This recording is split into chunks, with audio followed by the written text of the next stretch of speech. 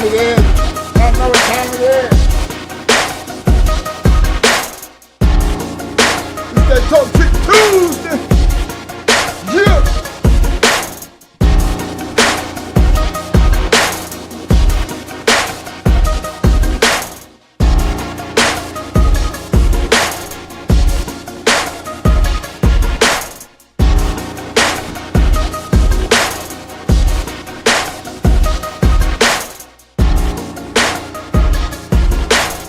Big shout out to everybody out there in the Shark Tank.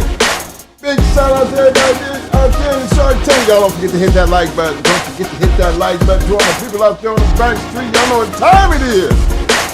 Roll them up. Roll them up. Get back. Get ready. Let me give a big shout out to my peoples out there in the Shark Tank, my man. One and only the incomparable Mr. Dickie Foster. What up, fam? Talk to the city Kennels in the house. What up, fam? Big shout out to my man, Mr. Bruce Banners in the house. What up, fam? Big shout out to my man, William Torres in the house. What up, fam? Big shout out to my man, Mr. Burning Star in the house. What up, fam? Insane honey badgers in the house. Yo, what up, fam?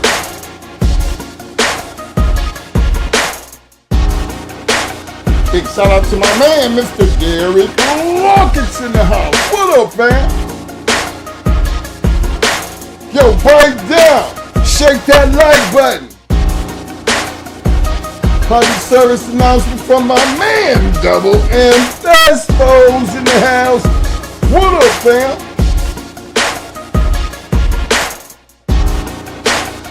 Big shout out to my main man, Mr. The one and only Eli Monsters in the house. What up, fam? Yo, Millie! I see you, fam. Big shout out to the man, the Mad Doctors in the house. What up, fam?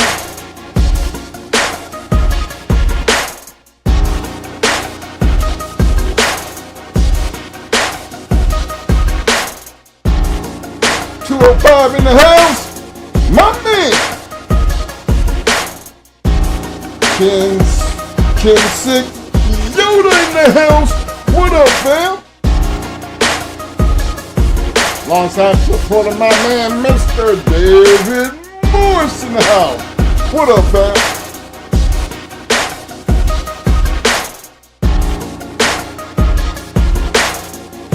Representing the St. Louis in the house, my man, Mr. Greg Jones in the house. What up, fam?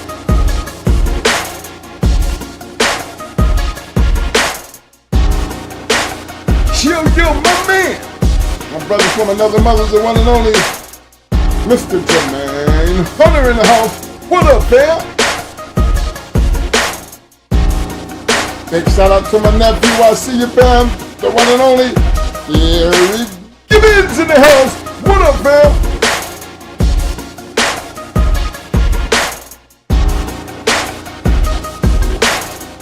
Yeah. Oh, yeah.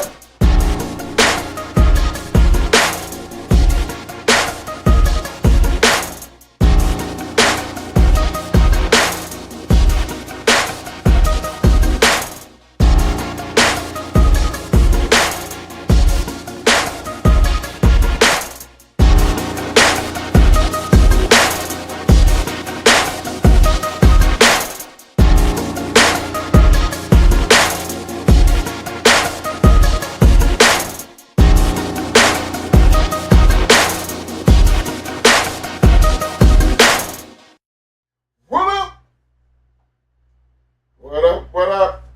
Big shout out to all my people out there in the house. Don't know what time it is.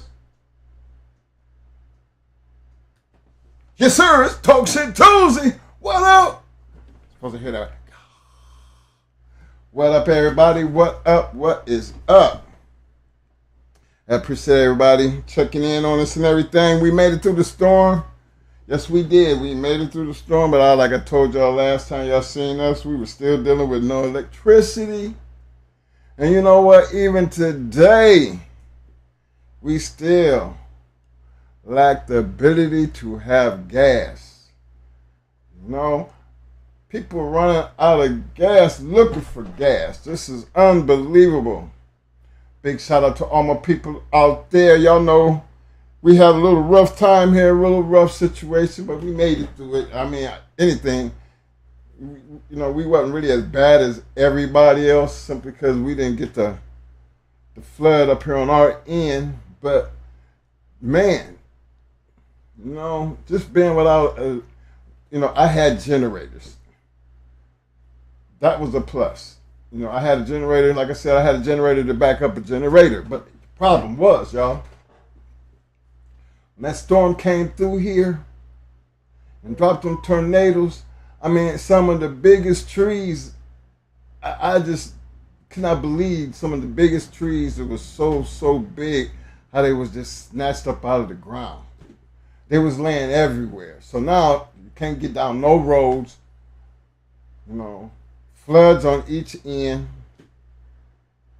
whole neighborhoods, thousands. I think it was over damn near 1 million people, about 500,000 just in my area. No electricity. Then still having to deal with the crazy ass dogs. It was one, you know, I don't wish that bad luck on nobody, you know, but, you know, I give my hats off to everybody who withstood the storm. You know, it's where do you go from here? You know, even for us now, you know, even with the electricity back, nothing in the grocery stores. I mean, nothing. No gas stations open. You know, some people who don't have no electricity, you know, they still waiting on it. Some people don't have no homes. It's a terrible, you know, this is a terrible experience. You know what I'm saying? Even for me and my old ass, and I've been through a whole lot. As far as these, at least being here, dealing with the storms, dealing with the ice storms in North Carolina, dealing with the snowstorms in Ohio. Yeah, you know, you see, after you see a lot, you kind of think you get prone and, you know, knock that shit off your shoulders. Every once in a while, you get that reminder. You better act like you know where you at, man. And I had to remind myself where I was at. Because it was one of the craziest experiences. Because again, dealing with dogs, you had a lot more people out, considering they know, you know, a lot of the people assessing their damages. And it was just a sad day, a real sad day, you know, because some of them, just a terrible situation. And then there's others, like I said, in my community, everybody got together and had one of my young guys come through, and he hooked up with everybody's help the whole damn, literally my whole entire street. I mean, there's a lot of street down through there, but, you know, we all stuck.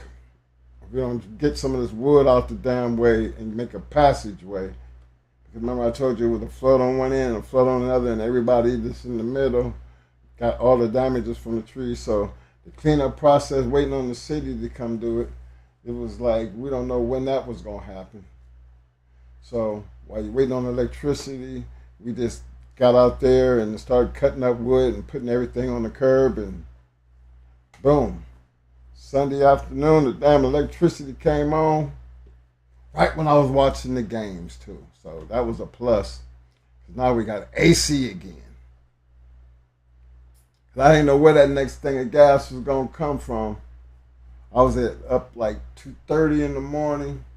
Got the little notification, you know, from some of my peeps. Hey, gas station over here, they finna open up. Boom, get over there, get my stuff in now. Fill up the truck, a couple cans of gas, and then turn around and the damn electric come on Sunday. But like I said, it was one of them crazy experiences. But it also took me back to thinking like we were having this conversation, you know, with a couple of some of the old fellas, you know, when people call and want to just check on you. And some people I hadn't heard from in years. Like, damn, twin, I forgot y'all was even down there. You know, and you know, I got that big family on Facebook, so it kind of got everybody's attention, and everybody started chiming in. But then we started talking about, you know, how when you get DOGMEN, they ain't talked in a while. They go to talking about, you know, these dogs. How they miss the dogs. Now, we have a couple of our old, you know, partners that when they got out of dogs, they just, you know, they love to sit down and talk. Before I get started in that, I want to give a big shout out to my man Bubba Mex in that Pat Patrick interview. Y'all know I'm head over heels about Patrick. You know how I feel about him. You know, I think he's one of the best to ever do it. But it was just a good interview, good show. You know, just takes you way back and hear some of the things he talks about. And ain't nothing better than hearing it come from the horse's mouth. You know, it's different when you're hearing it, other people saying what a person say or what a person think. But when you hear it come from that person, you know, it just has more clarity, understanding, and truthfulness behind it. It could be lying like hell. You know, everybody exaggerates the story. But then, again, we talking about Pat Patrick. He ain't never really was one to bite his tongue about nothing and nobody. So I kind of was intrigued by, you know, his words. But again, great show. Great job, Bubba Max. I see you out there. I thought the Richard Stratton was a good interview. See, these are guys that I kind of looked up, you know, when we first got into dogs. You know, you had the Stratton book and the Crenshaw books, and we had all our books got signed by him. So just to see him still around and still talk about the old things that we used to read about, it just enlightened it a little bit. You know what I'm saying? Because that means they still out there. And I think everybody who deal with these dogs, young or old, you gotta respect the game and the people who had a major influence on what these dogs actually became and why it became so popular. Because, you know, those are two guys for me that, you know, they're older than I am, but their knowledge and accomplishments is, you know, there's nothing left to be spoken. It speaks for itself. That's what I always say. Ain't got to say much. If you do the right thing, history going to take care of the rest. And you can't help but look back on them guys there and, you know, much respect. Got to give them what they deserve, you know. But it also made me think about a comment that I heard about some of the older guys that got out of dogs and wanted to get back into dogs, and they never got the yard, you know, and things never went back to like the way they were. And I always felt like, man, we were never, I could say we were out of dogs, because when we were dealing with them bulldogs, we kind of almost got away from the protection dogs for a lot of years. But we always had them. We had I had Hans, who was a big ass Rottweiler. We still had Hans. What was the crazy ass German Shepherd with the one eye? Yeah, we had Beauregard. He was a big German Shepherd, looked like a damn wolf. You know, and then, you know, Mo had his little foo-foo dogs for the wifey, just like I did. But the love of the dogs never really changed, because you never would think that we would ever have the same type of guard dogs like Bo and Hans and Apollo and Zeus. See, all these was great dogs over the years that we spent time in. And once they were gone, we, you know, off into them bulldogs, it was kind of like when Mo wanted to get back into the guard dogs, I would always think, okay, now how he gonna pull this off? You know, and out of nowhere. But then that's why it's pays to have good friends. Because we had a good friend, and she had some nice Malamars. And she actually just gave up one. And that's where crazy come from. So it is easy. It's not as hard as you think when you wanted to walk away from something and you go back. To me, it sounds almost like, okay, a lot of things might change. Take me, for instance, my industry changes very fast. It has changed a whole lot from the time I started to now. But I had to bring myself up on the now compared to back then. We used a lot of mechanical parts.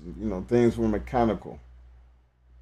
Gears and stuff. Now we're dealing with digital stuff, which means we got more wires, more sensors. So you got to still the same thing, same type of business, but the product changes, and you have to be able to change with the product. And I think that's the same way we looked at, when Mo got out of the dogs the first time and turned right around. Remember, we still had access to the dogs though, because when he did get out, but could he put back together in that 3-4 year time period the same quality dogs that had just he had just gotten rid of? And believe it or not, the dogs that got taken during that raid, when they come and did all that craziness and they killed all them dogs, at that time period, those dogs were better than the dogs that we actually had before. Yeah.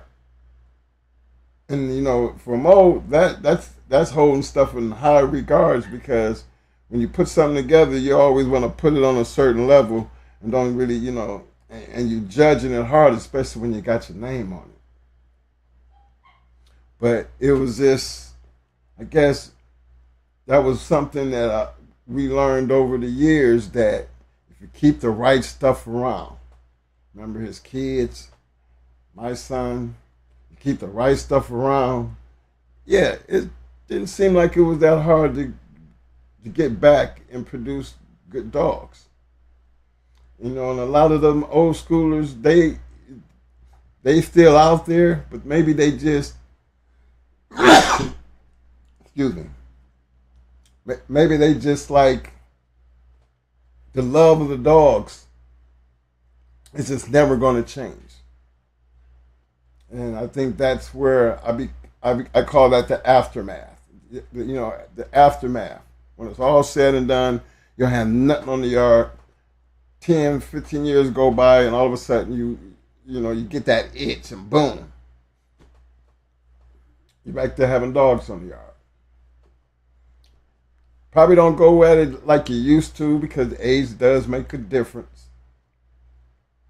But a good dog is just what it is. A good dog is just going to be a good dog. And it's how you work your hand.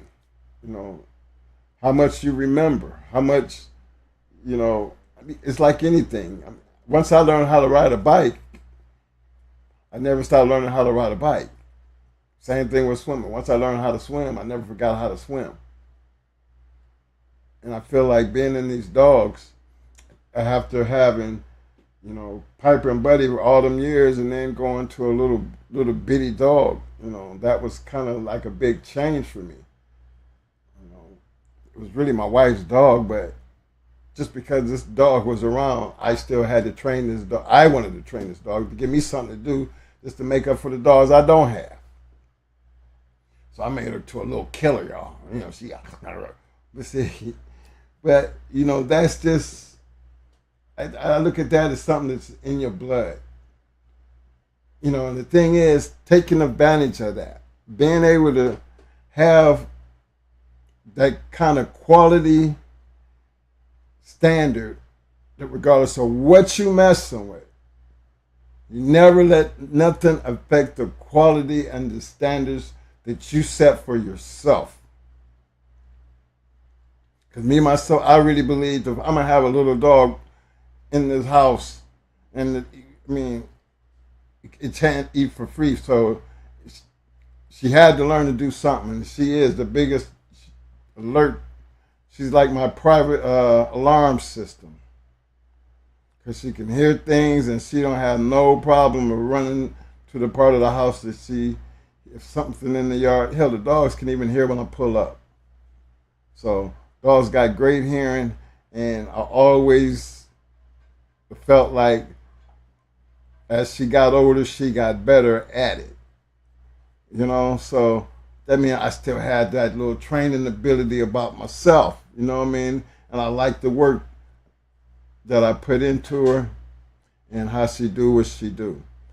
And that kind of stuff just gives you confidence that you still got it.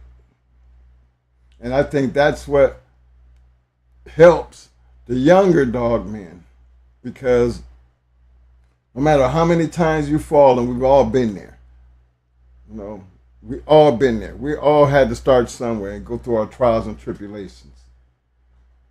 But the game's not ever going to end until you actually say it's the end.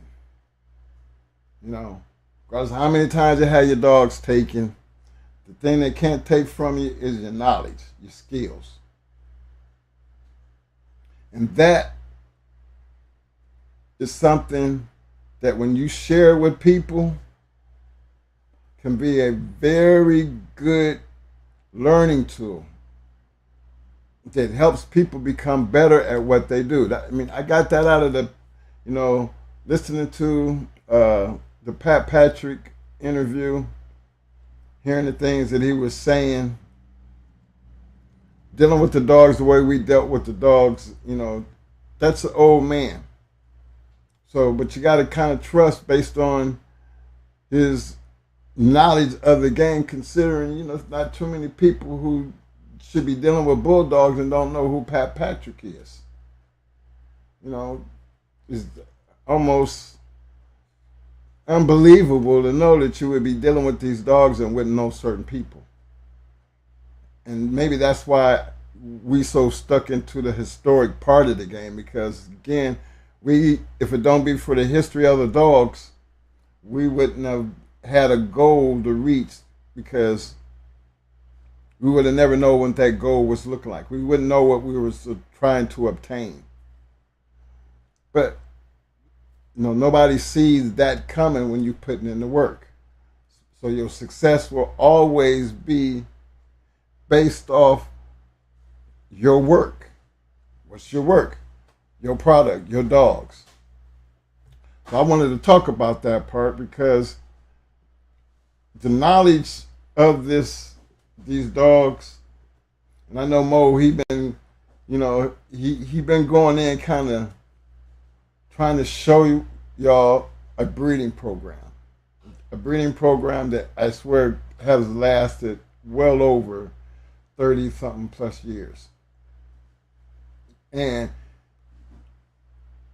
almost starting from the very beginning, you got two females, and two females going hard stock.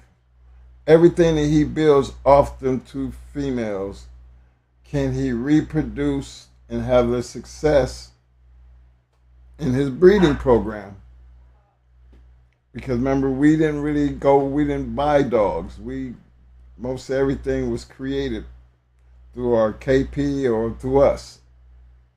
The same thing with our proteges. They didn't go out and buy dogs. They produced the things that they work with.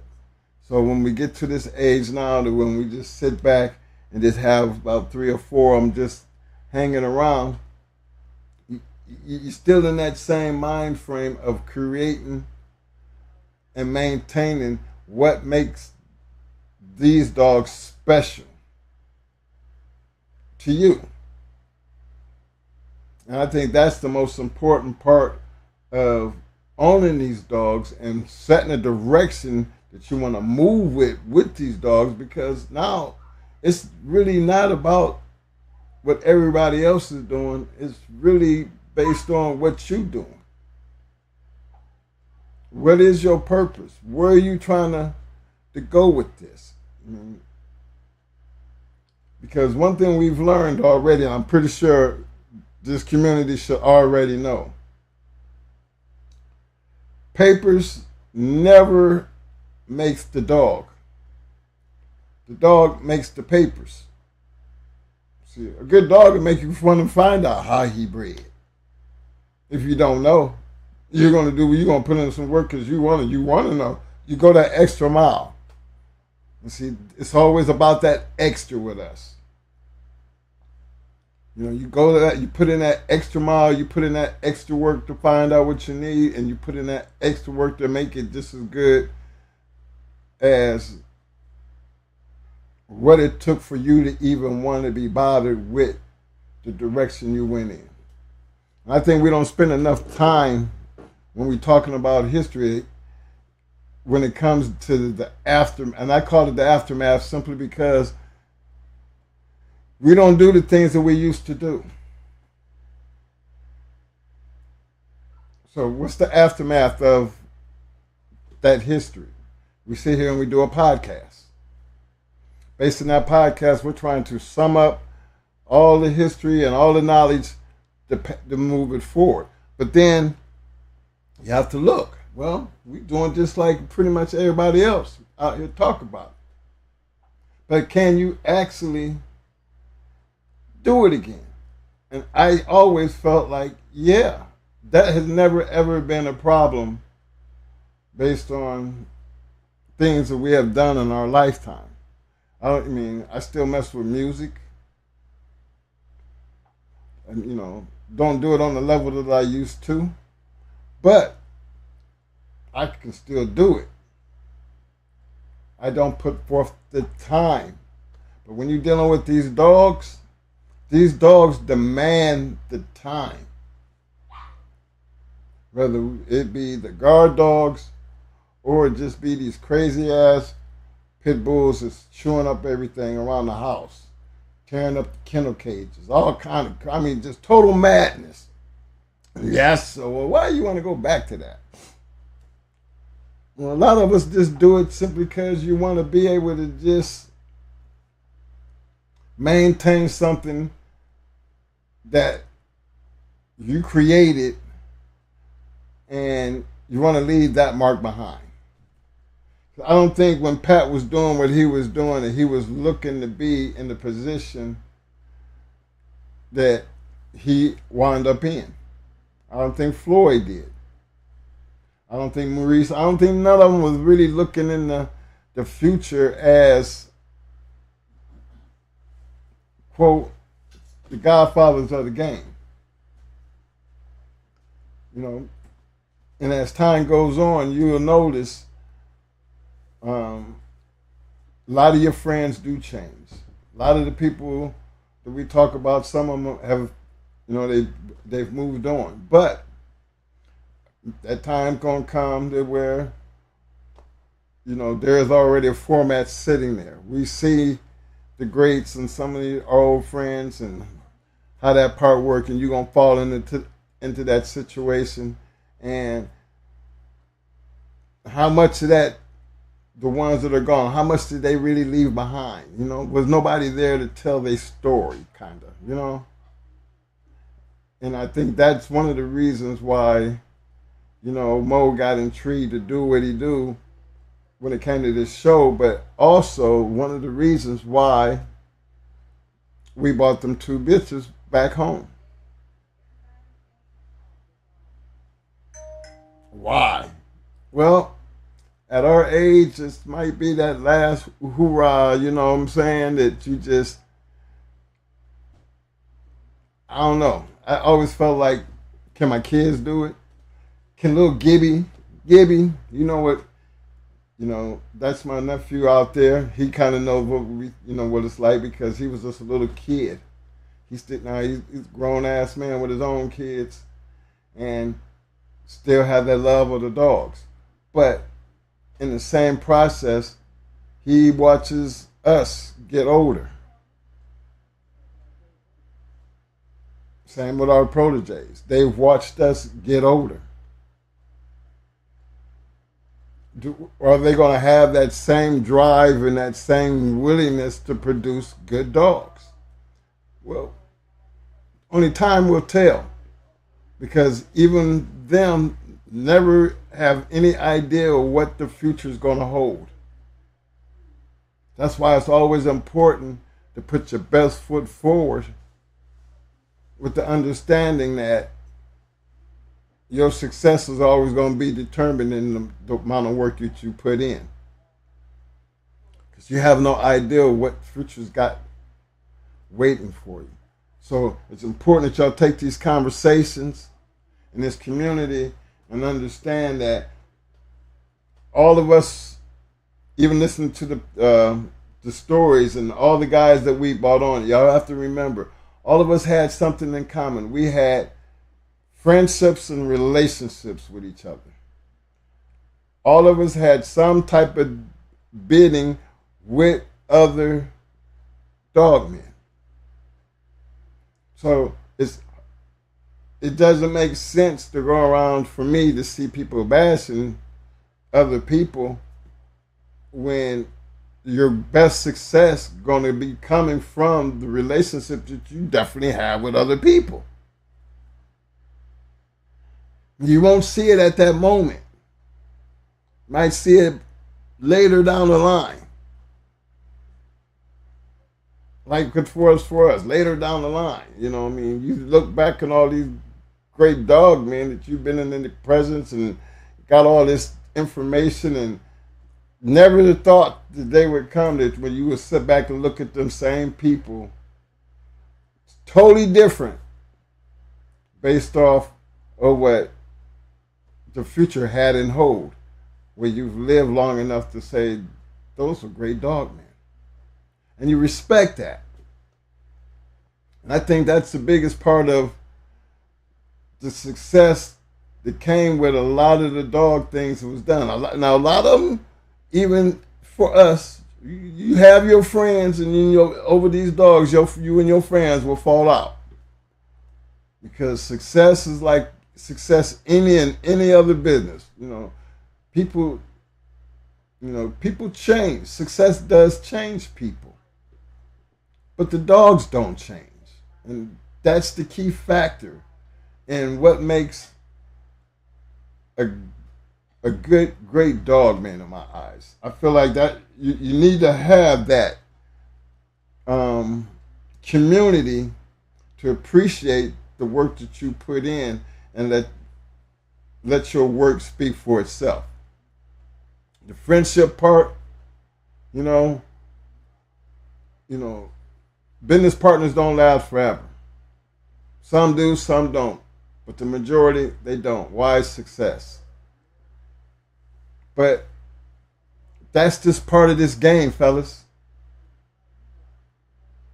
It's the aftermath of the drama, and where you going to come up when it's all said and done. Another one that I like, that I always relate that to, is like my man 50. Remember 50 got all shot up, but he still lived.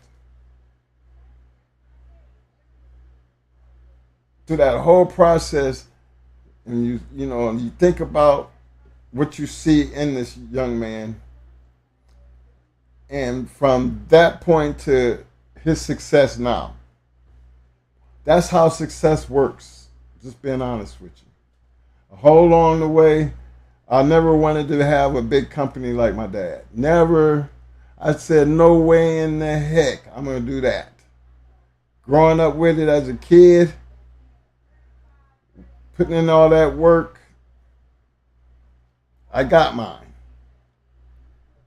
So with all the different places I've been, I was always able to take my knowledge with me, and I would be okay.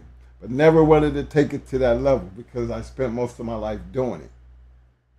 Outside of what I did in the military, that's the only other thing I've ever done. So yeah, I got good at it. Got good at a couple things. But when you have that one-sided, them dogs are something totally different. That's not like getting them going to your job. You almost, if you work on a piece of machinery at a job, or or you drive your special forklift or your special truck, you get accustomed to that type of shit. These dogs, something totally different, man. These dogs are not all the same. They're not. And think about all the sickness that some of these dogs have. Shit just comes up out of nowhere. If you can't pick up the phone and call the right person who know what they're doing, how do y'all fix that? I mean, I thought maybe Facebook, I see a lot on Facebook. I don't go that much, but I do. I try to keep my ear close to see what's actually going out here and see how people actually handle things. And it's so, if I was trying to fix something, how would you really know which remedy to try when you have so many? I like the one where everybody say take it to the vet. Well, we wasn't always vet men our damn self, fellas. I think Mo had this doctor Bible. It was a veterinarian Bible.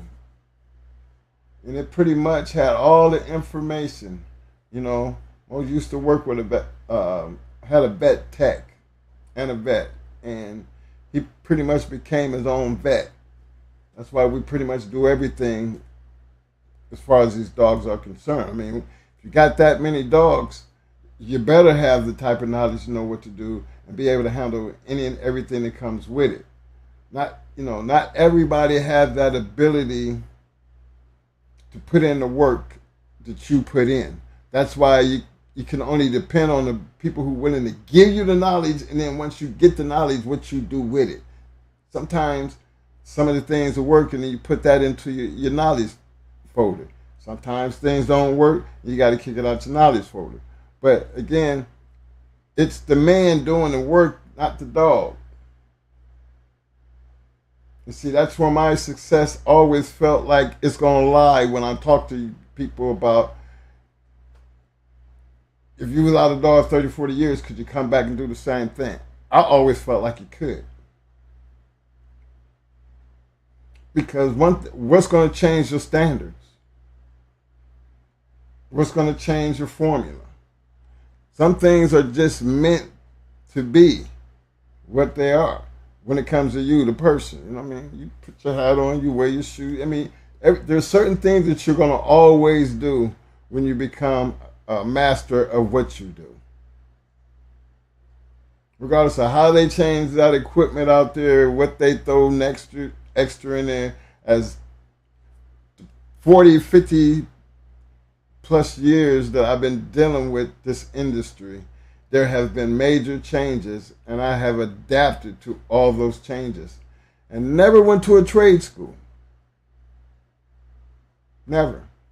But I understand what the concept is well enough to, regardless of what the changes are, I understand the basics, and I have to understand why the change. And they don't make things like they used to anymore. Things was back in the day would last 10, 15, 20 lifetime. This shit nowadays, it ain't meant to last. That's the whole key. It's not meant to last. They want you to keep buying something because now it is a necessity to you. And that's how these dogs got to become. They have to become, I know it sounds crazy, man, but these dogs are almost a necessity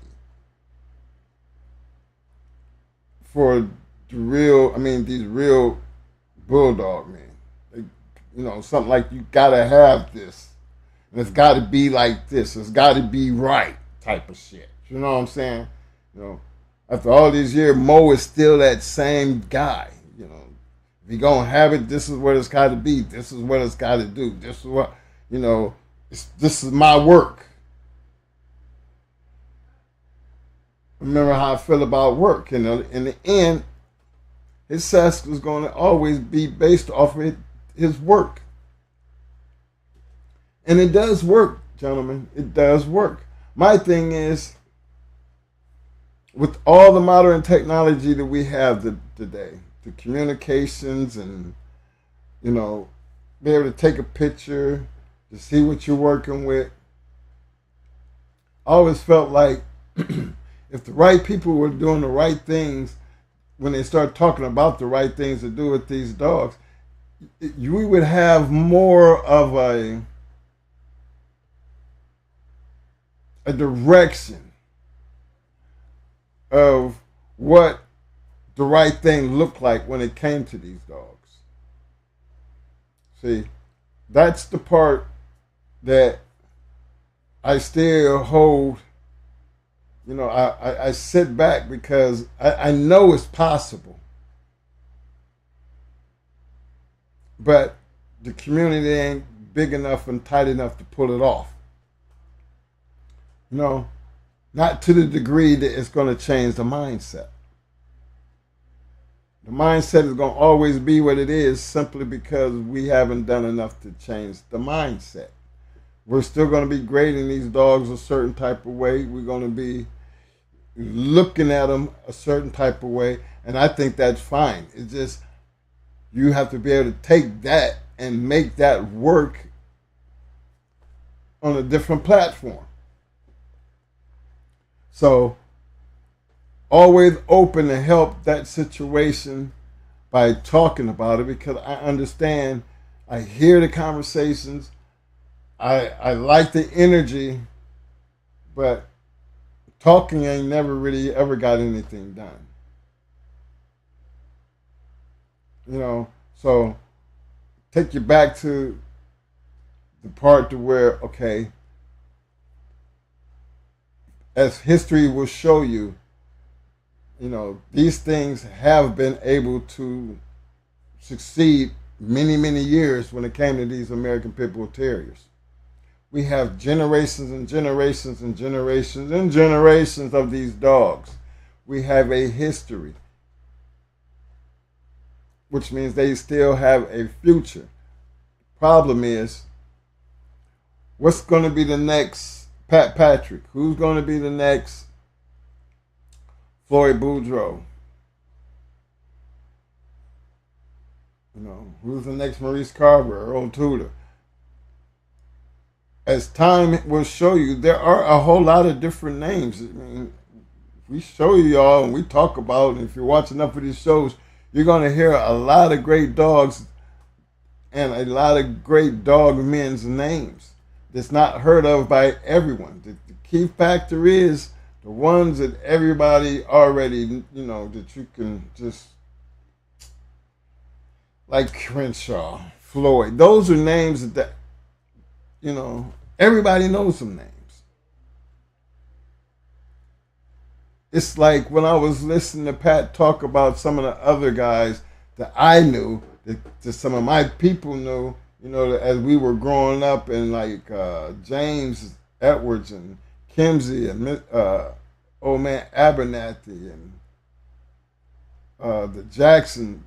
I think they were the Jacksons in Carolina, and the Hargroves. These are guys that you know them. You know that even Fat Bill. These are names that are recognizable compared to some of the names that you hear, and you hear these great people talk about, but you really don't hear them as much as you hear these guys' names. So it's just a matter of how the future of what you're doing is going to work out like that. You know what I mean? Trying to get y'all to understand the community part. Because the community actually is what built the dogs. You know, we actually were able to do even the things that we did, and we wouldn't have been able to do it without the people that we knew. And we had certain standards about how we did things, and people accepted that. History will show you, if you are dead serious about these dogs, history will prove any and everything that I'm saying without me even having to put up a fight. Because there's nothing to fight about. Because I always tell y'all, there's nothing in the past that you can go back and change. It is what it is. If we could, some of them things we would go back and change. Because we know the consequences of our actions. But prior to understanding that things just happen, it just happened, and you never know what it's going to look like until it becomes a part of history. Then you have something to relate back to. And I think that's a very important conversation because it feels like, you know, I think we say it enough because it's just a part of our program, you know. And when I say our program, not the show, but the way we do things, you know, we constantly do the things that we talk about. You know, and when you do the things that you talk about, it's easier to talk about them because you're not trying to make shit up. You just really just talking, telling you this, and that. And I felt like that listening to my man, old man Pat. Because nobody to me, he put in a lot of work. And I know that this guy never really seen or had the thought that his name would be tatted to so many of these great dogs. Even the shit talking man, my man Maurice Carver. He could say your Michael Jackson's nasty ass draws. You know, I mean, the man was just a great talker, salesman, but he knew his business. And look, dead and gone, but history will never let that man be forgotten if you are in a part of this community. And that part right there is what I have had the pleasure of being a part of. And as we move forward and as we keep going through all these different dogs, you know, it's like all the time. You pick up a book, you're going to read about dogs. You're going to read about who had the dog. You're going to read about who bred the dog. You're going to read about a whole lot of things that had to do with the man and the dog and the outcome of the dog. And all the stories surrounding that whole entire situation. That makes great reading if you're really paying attention to what you're reading. That's why I always say if you don't have Fat Bill's books, you need to get the books. You don't have Schoolboy's books, you need to get the books. You need to get as much information about these dogs because I really truly believe the more knowledge you have dealing with the dogs, the better your dogs are going to be. That's what makes this whole pit bull community interesting. It's not just the interviews, it's the knowledge that's being shared. If you can't find something in these conversations and these videos that's going to make you better, then you should don't watch the videos and actually stay away from the dogs. Because you have them ones out there that you can talk a lot. You can feel so much confidence in any and everything that you do. You know, and I'm going to just use this because wrestling to me and boxing are individual sports. You know, you can have all the coaches and everything, but you got to be the one to go in and put in the work. So I looked at as a part of the sporting part of this game. When you fail at that, does that failure make you stronger, or does it make you walk away because you feel like you're at that point where this is the best I'm going to be, and maybe I'm just not ready for that? You know, that is what sets the levels up, gentlemen. It's leveling up through the game. It's leveling up based on whatever that you're doing. And the only way that you're going to level up and ever see what you're doing is working for you, is you have to apply it. So yeah, you're going to take them headshots. You're going to take everything that comes along with this bulldog, dog man game. The thing is, can you be as game as what you expect your dogs to be? Can you keep getting up and can you keep putting in the work to fix and make what you're actually trying to accomplish better? a couple losses. Now think about it. A couple people losing 7, 8 times, you'd be wondering, damn man, you might need to get out. You know what I mean, what is the purpose? There's a lot of headshots. Back to back to back to back, and just to come back and maybe then win 1 or 2, and then you back to back, losses and losses. Back in the day, that shit was almost like, these are gamblers who were just guessing. It's not that you didn't have no respect for them because it was just so many of them in the game. The thing is, I hate losing. Never was one that was ever about it's cool to lose. So how do you prevent yourself from losing? By checking what you're doing. Because in the end, if you're doing the right thing, it's going to turn out right. If you ain't, then you go back to the drawing board. You know what I'm saying? But these are some of the things that I call it the aftermath, because for every action, there's going to be a reaction, and that reaction is going to be based off of the person who has to make the decision to make a change, to make things better. And I let Mo deal with all that, because all he's really trying to do is show you something that basically has already been done before, so it's not like he wouldn't know what he's doing. Can almost understand the outcome. But the reason I think we brought these 2 females up, because we wanted to get an idea. If y'all had this type of stuff right here, what would you do with it? After all the shit that we done showed you, all the things that we've talked about, when it came down to dealing with these dogs, his way of doing things, his concept. And he's taking 2 dogs and saying, okay, now we're going to apply that same way of thinking. And he's looking for you guys to see where your head is. Because now you're talking to Twin. Twin is looking for help from his audience just to see what's up here. Because we know there's a lot of dogs out here. That's not the key. The key is to make a going hard dog. And there's certain things a going hard dog has to have. It has to be. And that's the going hard is not just the breed. The going hard dog to me is the kind of dog that comes out of going hard.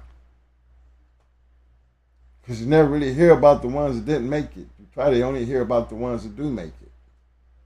Because the ones that don't make it, there's really nothing to talk about. I say it all the time. But the ones that make it out there to have something to talk about, they'll be talked about. But how do you take 2 females and use it to your advantage? He's been trying to get you guys to incorporate, some of the things you learn and some of the stuff that you know out there, just to give everybody a chance to become a part of something, to see the directions. And understand this is what the community does when we were actually doing things. We really wasn't really just throwing shit together.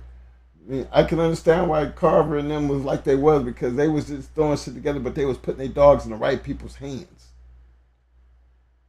It wasn't about just selling dogs. No.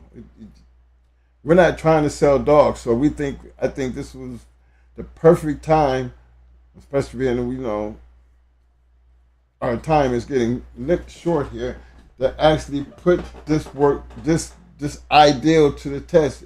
Do they really understand? Do they really see the concept? I'm trying to make everybody a breeder or a wall climber or none of that. I'm trying to just put information on the table that where the quality of the dog is going to speak for itself. Damn what you're trying to do with the dog. The quality of their performance will speak for itself. We do it all the time with the guard dogs. You know, everybody, you can look at them and know that these dogs are nothing to play with. But yet, you can walk down the street with no leashes. A whole bunch of them. Get to the corner, they all sit down. You hear people honking their horns and people pulling over. And them are some beautiful dogs, and they're so well trained. I see you go by here every day. Hey, how much you willing to sell any of your dogs? No, we don't sell dogs, but you know, where can you train my dog? You know, these are all the things that can happen on a normal day, and that's just walking dogs. You all understand where I'm coming from. See, this is where I feel like you don't have to work hard when you got a good product. It's harder to maintain that good product based on demand, because then you get away from the quality of the product and you so stuck on trying to get the money, and then your product becomes shitty, and then before you know it, you got a bad name and you just ruined a good thing. So we never substitute the quality, you know, for the money. You know, that's why they have high-end stores. You know, you got people selling knockoffs, but if you really want to get some real shit, you really go to a real store. And that's how I feel about these dogs.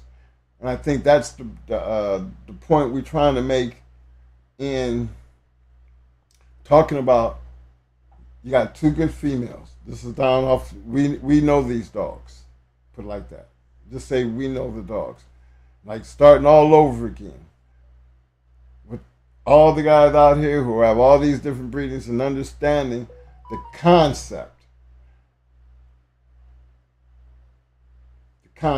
Being able to look here and say why you be willing to do this part here. Remember, because we know the dogs. So, and we expect you guys to know the dogs, because that's the whole key to any and everything that you do in these dogs. The more information, the more that you know, the more that you see, the better you're going to be, and better the product going to be. And then, you know, you don't have to go out here and lie and break your neck and swindle people about, you know, the quality of your dog. The quality of the dog will always speak for itself. I'm going to turn this over to Mo and let him get busy in here, because I know he got some shit to say, and that give me a chance to get back in here to this chat.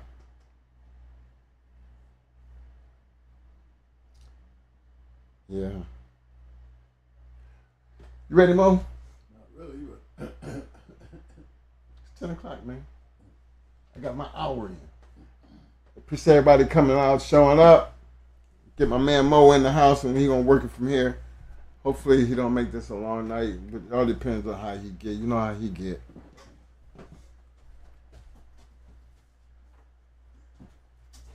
Nobody here to help me today, you know, suggestions. You had all this time to put it together. Anybody think about it? Did you look into it? Did anybody come up with some? You know, I was trying to see the Yellow Man stuff. You know, I'm going Yellow Man on the bottom. I'm coming back through with some Michael Myers on the top.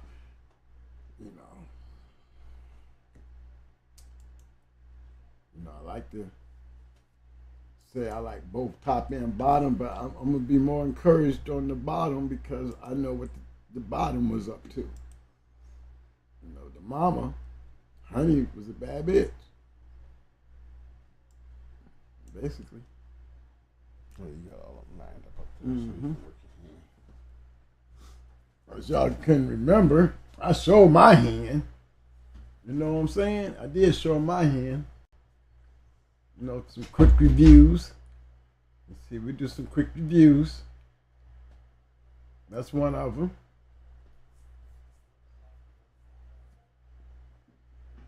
Remember that? Twin, why we go that way? Because you see that Goddess Red Boy stuff, this stuff right here, this shit working. That Red Boy, I mean, it does work. I mean, it took the best of this and made something out of it because this is the result. I'm breeding to the result. I'm breeding to anything else but the result. You know, we hear about this Lewis dog, this Lewis guy a lot. You know, can't say he didn't. Went throwing some nice ass dogs, but they red boy dogs. See, that's a whole line of his shit. You know what I'm saying? That's a whole line of his shit. Mm-hmm.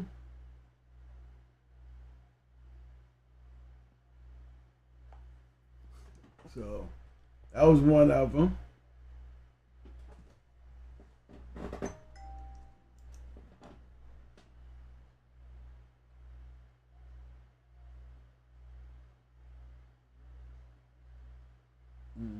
Yeah, let me see. Let me see if I can find another one.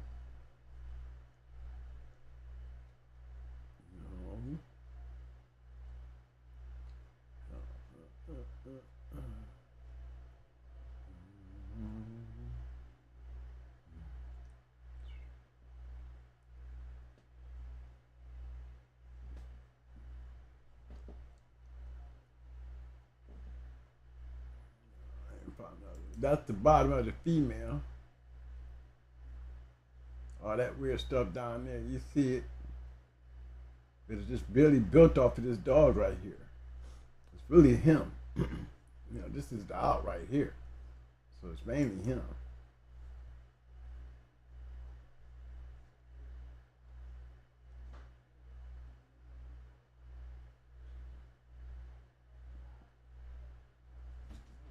Bottom is double bred that shit, so it might we got your number, don't we? Who? When you have my number? Mm-hmm. Yeah, it might come up over here.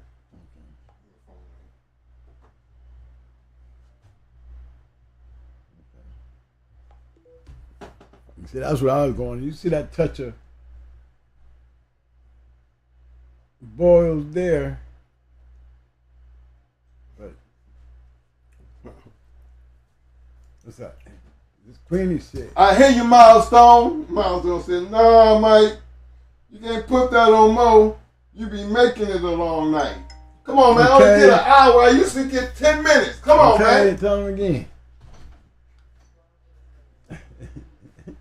All right, guys. This is why I look at him.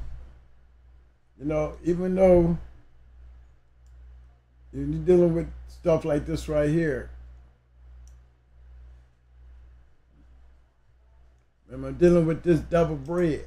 So that's my section of this.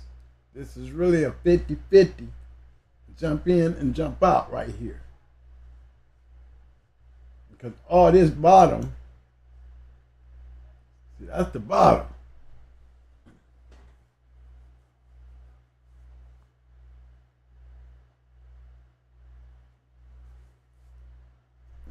Thing is, what was Frosty doing with it? Again, you know what I'm saying?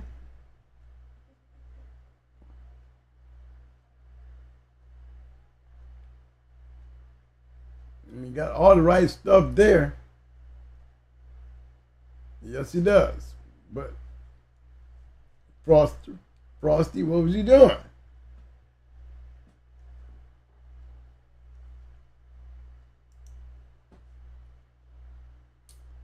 Best move was when he made this move.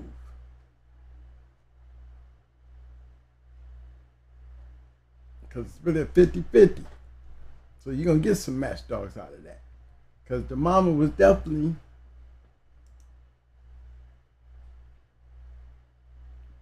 that's a bad little dog right there. And when you see that, you see her our females, they look like their mama and they act like her. That's the sure shot. They look like that and they act like her. So we're really looking forward. You know what I'm saying? You know, I would love to be able to take me some inbred DSK and drop a whole load of that shit on top of this right here. But when you got Michael Myers sitting on the top, You know, this turns this dog into another, it turns me into a Mayday dog.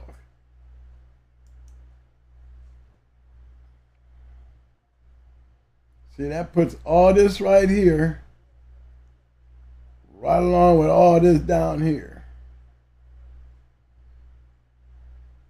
Still leaving the only out, still leaving really the real out right here. But it's what, like I said in my last show, if I can get this back here, this right here, this Katrina dog, if I can get this back here to elevate and a breeding, because all it needs is characteristics. You give me this right here, and if I can bring this sweet pea shit back right here, I'm doing good.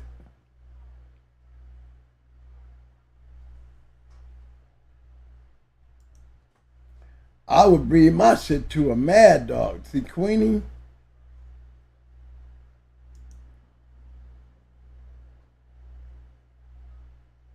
that's what I'm trying to bring back. That almighty, you know, talent. There's a lot of talent in this stuff right here. A lot of talent. I know what Frosty was doing with this stuff. Let's see if we had any siblings.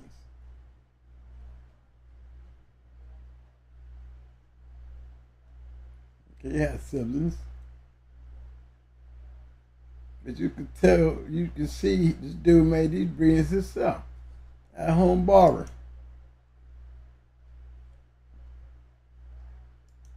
Sit there and get, okay, there's a dadder there.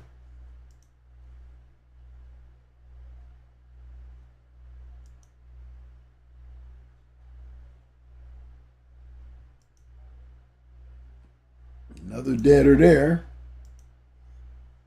You know, I was clicking on the stuff that wasn't his, you know what I'm saying? So let's go back to his yard. Let's see what he did. See what I'm saying? Go back to his yard. Now we're on this again.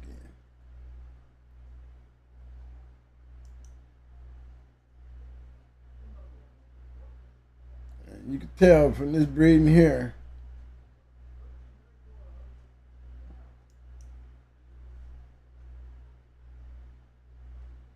he going show style. I know y'all laughing at that way. Okay, we know what Frosty was doing. Okay, you see what I'm saying though? Y'all see what I'm saying?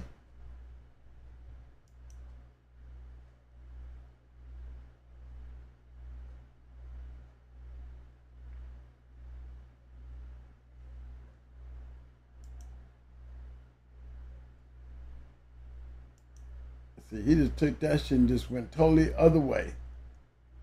You see that? I mean, he just went off the reservation.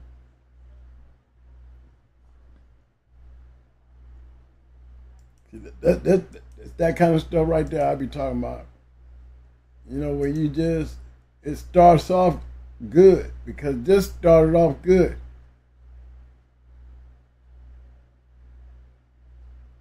But thank God, it didn't do nothing with it.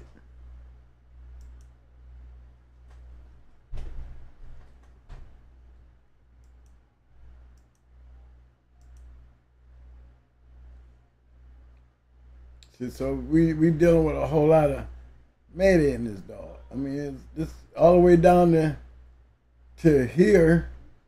Everything else is Mayday. It's Mayday down there in every one of these dogs except for this shit right in here. You know, Queenie. And see, we got the double bred DSK in there when we do the Queenie. But is it enough to really spark this shit with all this Mayday? No, it needs a little of my touch of experiment. That's why I say you go out to them early bangers, you know, them early starters, dogs that, you know, something like that right there bring some insight, because we ain't drenching it with a bunch of Mayday. No, you give me some of this hard hitting red boy and with a little touch of that DSK, you don't even really need a little touch, you just need to come back to the front with some progress. Because that's what it lacks, progress.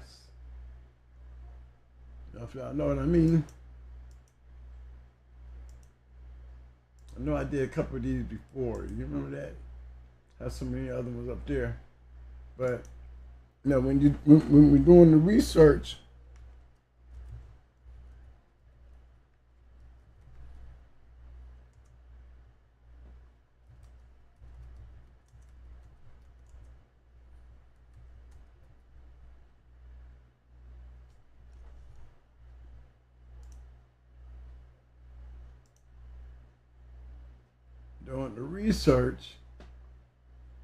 you know, again,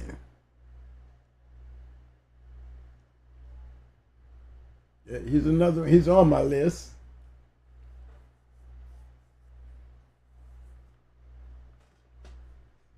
But again, fellas, I mean, don't y'all think that's just a whole lot of Mayday? I mean, even with the Walkmore stuff, as you can see, it's still some Walkmore up in there. But the line is just endorsed in Mayday. You know, I mean, it's got all the right stuff, and definitely got to consider the fact that the right dog.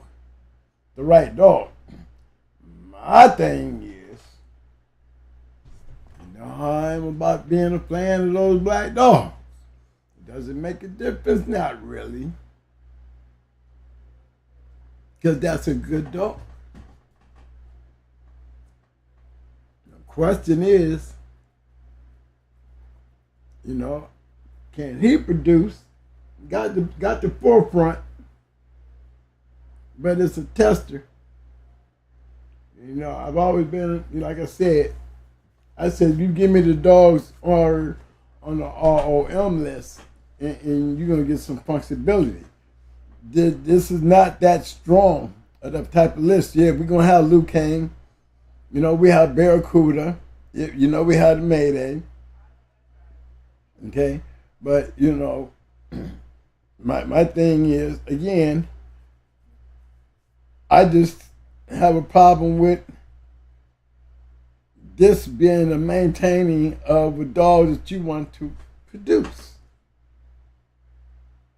Not taking nothing away from Walkmore. I'm just saying they're not on that list of production, even though they do produce a lot of dogs.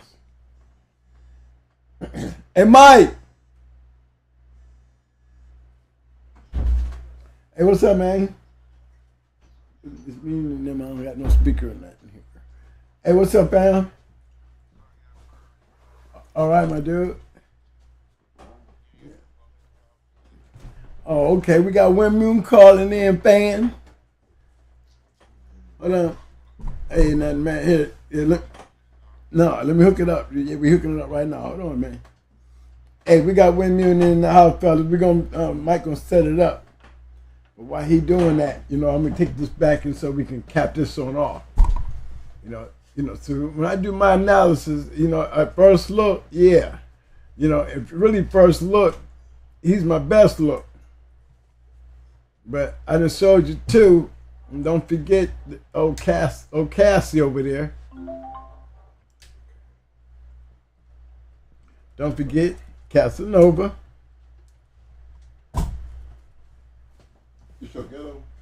Yeah, sure ghetto. All right, fam, you there? Hold on, Mike, you gotta plug it in. Hold on. Oh, okay, yeah, he's still working on it. Hold on.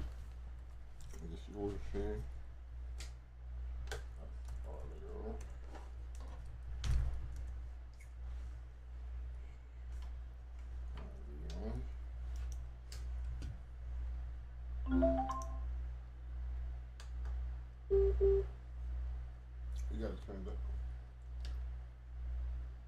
Ramune. Sir, yes, sir. What up, fam? What up, fam? We can hear you real good now. What up? Okay, this is the third one. Long time no see, bro. As y'all can see, there's a whole lot of Red Boy and all this stuff. You know, on my picks. You see, you know, I'm reaching. But hey, we got Windmill in the house. What up, baby?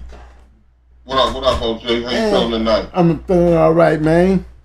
Yeah, another great show. Another great show. We're glad you guys showed up again. You know, we're honored and we're happy to see y'all. What's up, chat? Everybody in the chat, Jay Hunter, Eli, Itchy, y'all get it going in the chat, man, because we're gonna sit back and talk a minute. We got time to talk a minute, OG? Oh yeah, all day, baby.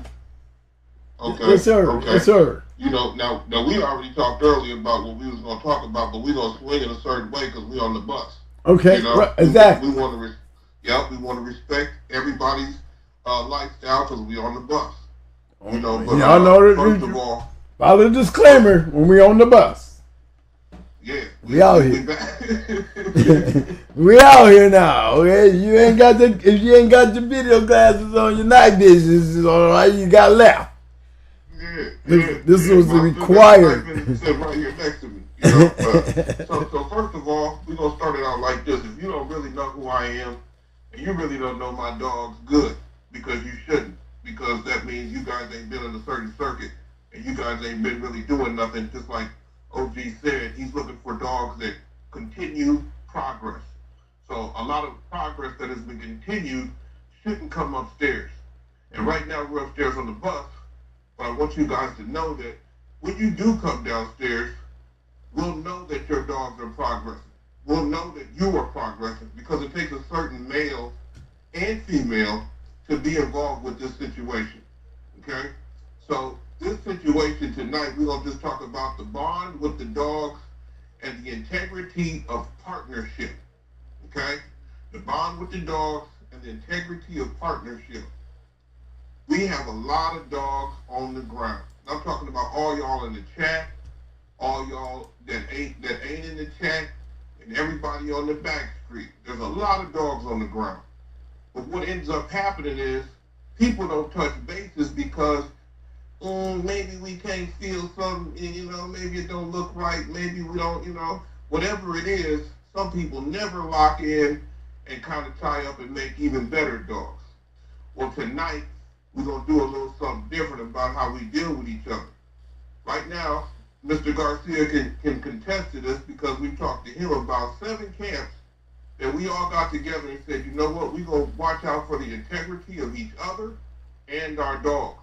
So now we're starting to register our dogs under one seal, meaning one campaign, and we all agree on that there has to be certain criteria for these dogs to pass through. Okay? Now, all you guys in the chat, everybody on the back street, we advise you to get together with your partners and make a pact. Go ahead and make the oath. You ain't got to be like us and put it in blood, but you can at least say to your word, you know, because then that'll help everybody continue the progress of their dog. Okay? So let's give an example. Tonight, we're going to offer Going Hard Kennels an artificial insemination straw directly from Michael Myers. Okay? That's what we all got together and said, we're going to make sure we get them a straw of this blood because it's one of our kind of top of the line. We feel it's the top tier.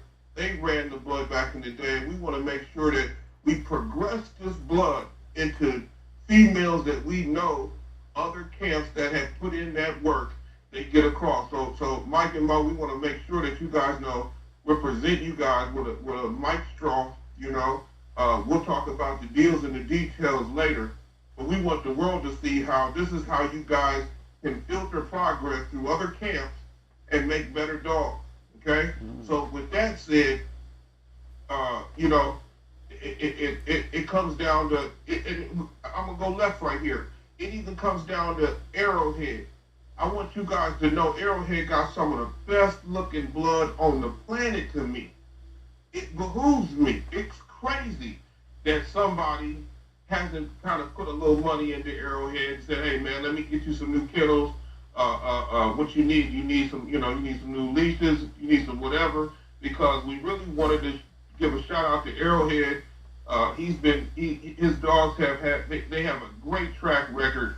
They got super lineage, and we want to thank Arrowhead for keeping that going because, dude, he's all good in the game. And Eli, we know what you mean.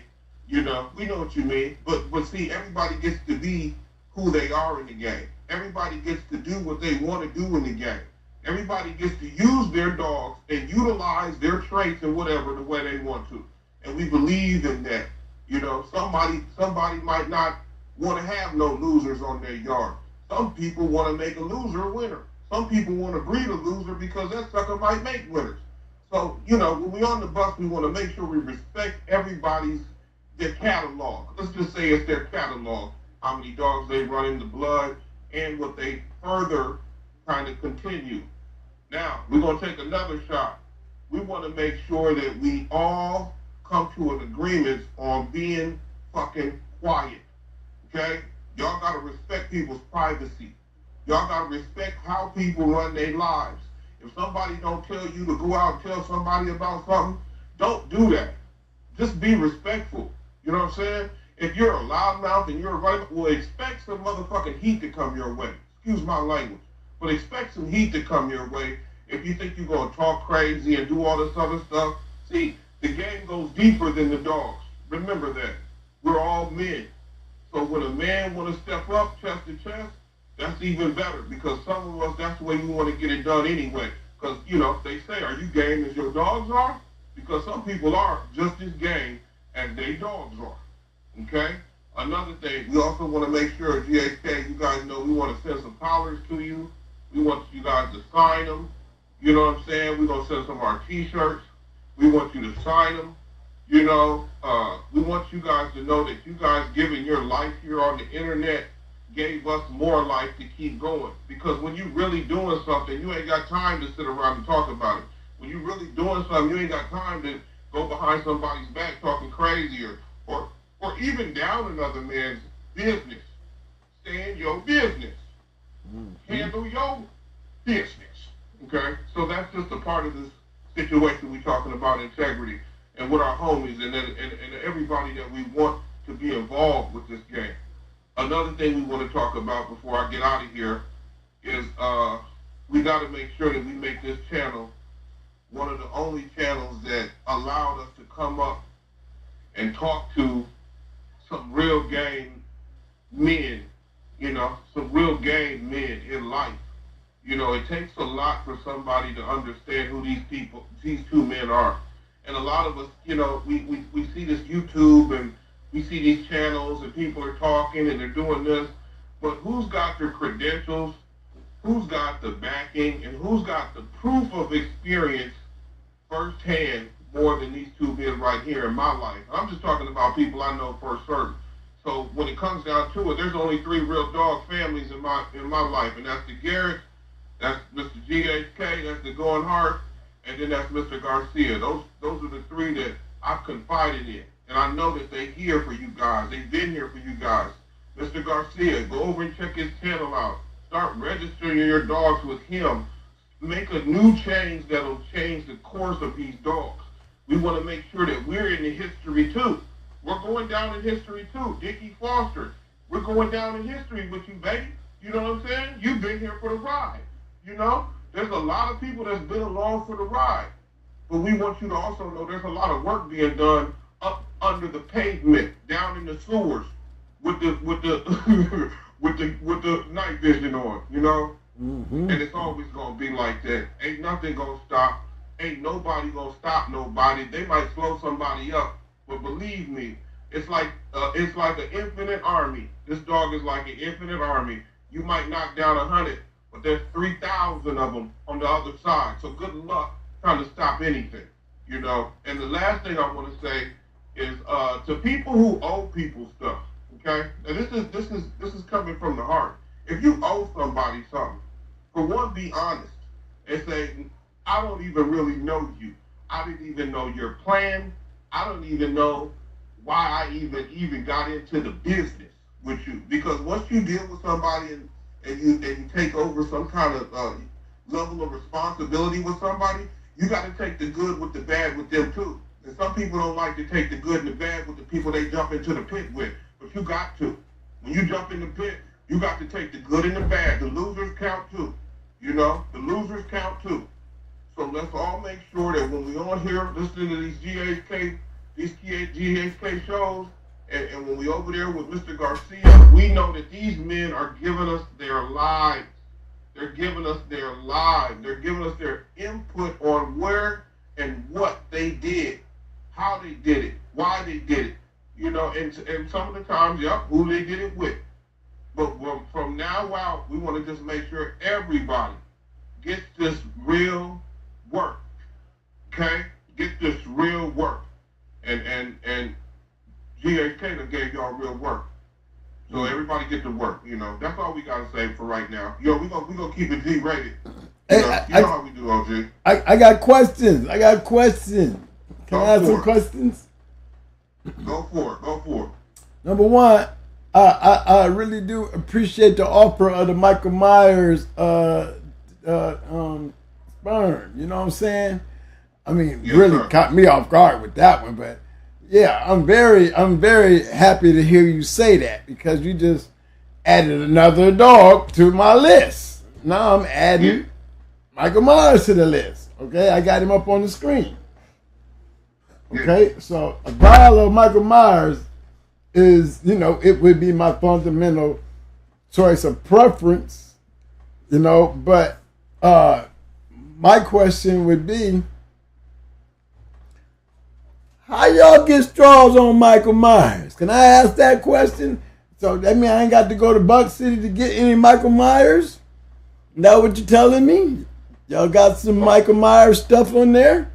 Out there? Well, okay, for the world, you know, since we on the bus. Yes, sir. You know, before Michael was born, Mr. Kent and some other people had already got together and said what they was going to do about a situation. There was somebody who got called out, and they was like, well, let's get to work. So the work process took about 3 years until we got that litter. And the person who did that situation, you know, you spoken to him. I think I put you on a 3-way with him, and we all had a small conversation. Yeah.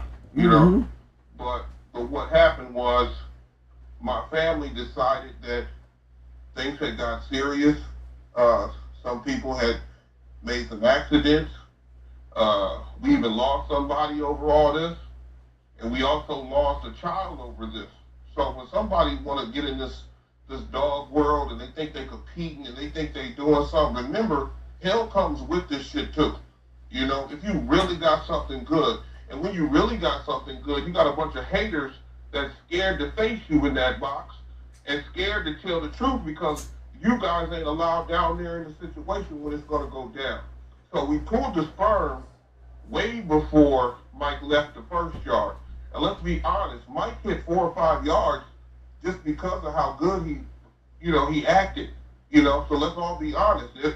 How many people know a dog that touched more than 5 yards because he was about that life? You know, and I'm talking about in the age of 2005 to now. Just go ahead and put it in the chat if you know one. But so far in my life, that's the dog that touched down with me. So, you know, when I got my situation, my dogs were off Mallory. You know, my situation's off Mallory. So that's why I would bring her up. Right. But the situation, not wrong.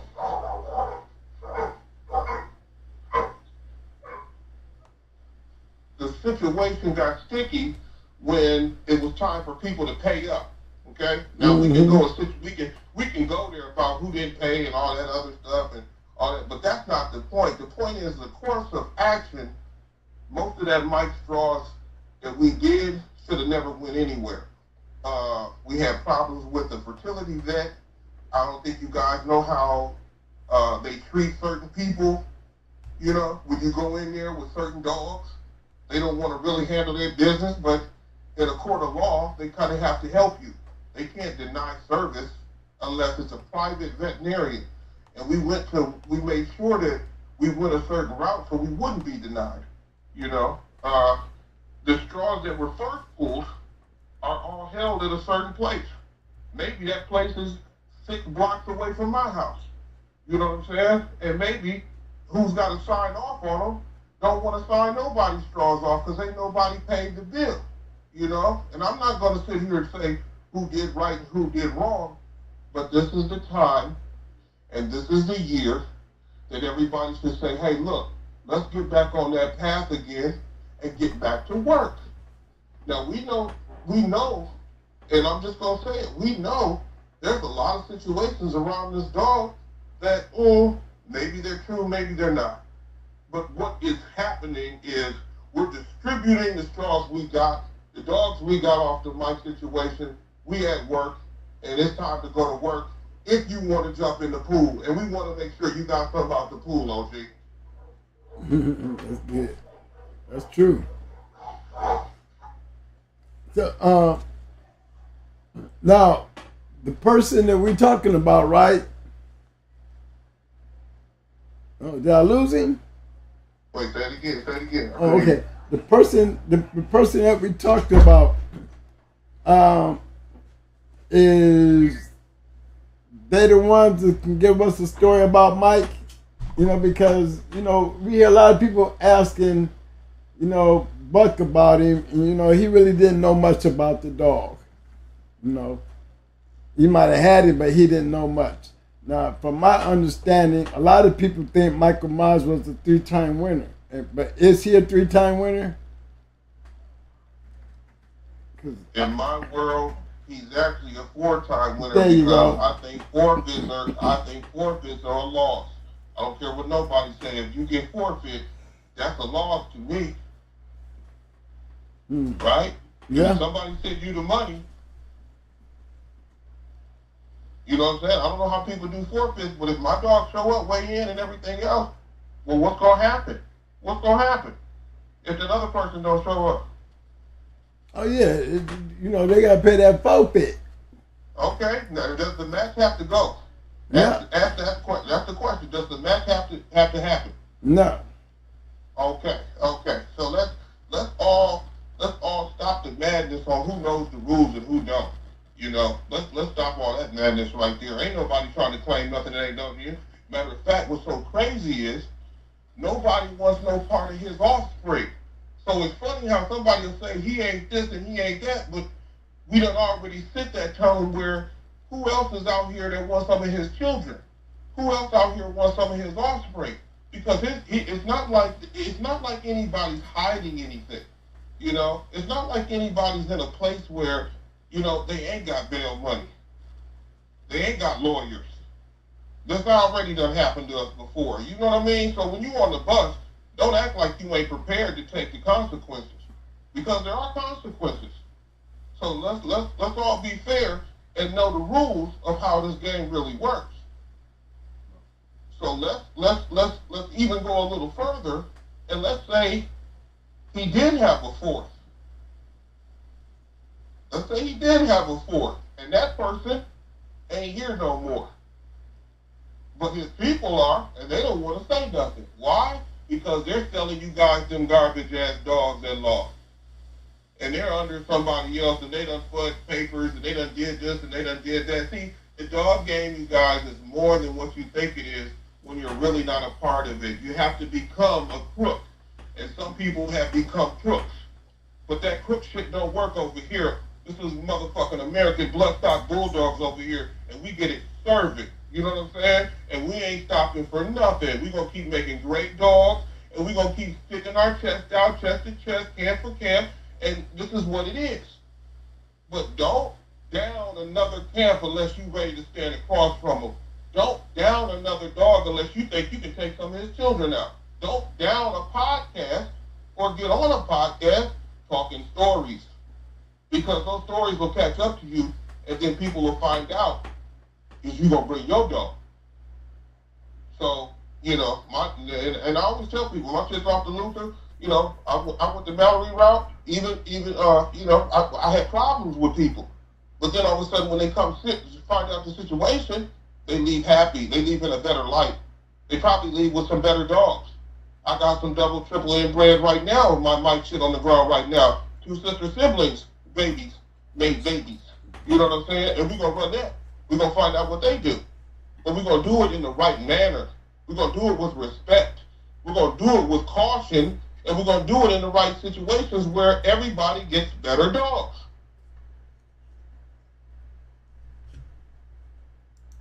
So, so are there litters out there off of Mike in the now? Is there anybody that you know that's raising those Mike dogs? Because we see very little of them. Well, the way I see it is, if people know how to play this game, they know to be quiet until it's time to start the riot. You know what I mean? Yeah. So that's like when Pro came out talking that garbage, and people went and checked him, and then you showed up to save his ass. You know, sometimes there's somebody that's saving your ass. Knock it off. There's people that's saving your ass, and you got to be humble to the game. Especially if you ain't got no dogs. But we got plenty of dogs. We got plenty of direct sons from Mike. Plenty. But that smoke ain't for everybody. That smoke ain't supposed to come out and say nothing. That smoke ain't supposed to have nothing to do with this regular world. But since it came up, then we got to come out.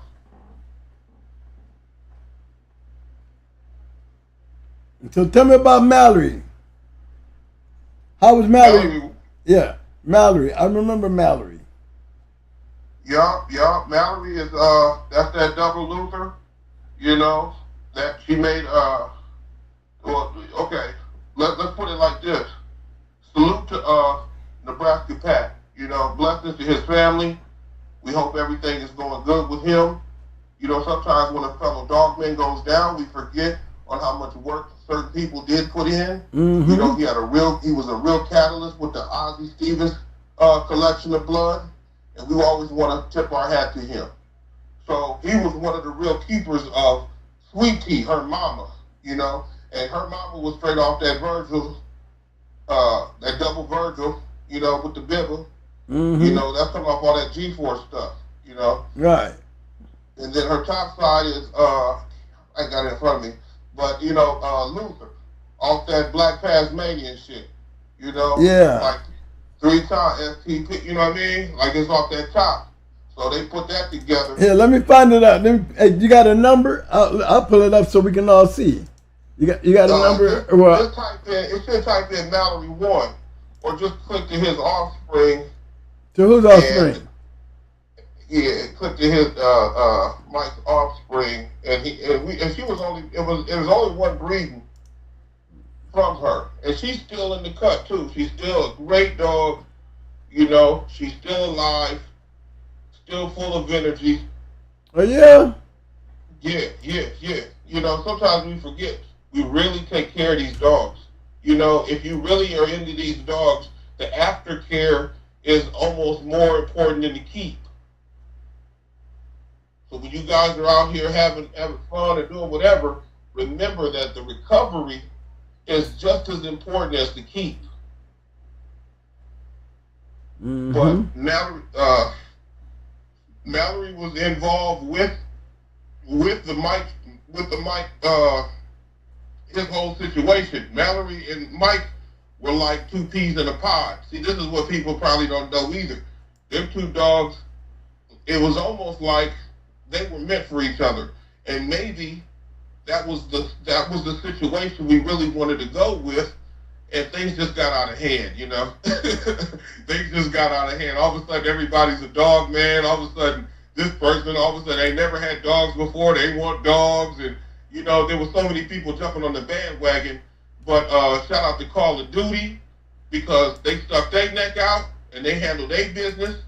And Minnesota Casino, they stuck their head out and handled their business, you know. And that's the bread and butter from where it all started from, you know. There was only 3 camps that went out and kind of felt like this blood was going to do right, you know. And we want to send a shout out to Viking too, you know. Viking was there, you know what I'm saying? So We don't want to leave nobody out, OG, but we want everybody to know that we're trying to be fair to the dog community and say, hey, this might work.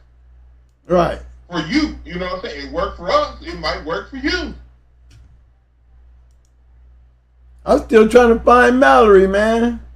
Okay, go into Mike and then go to Offspring.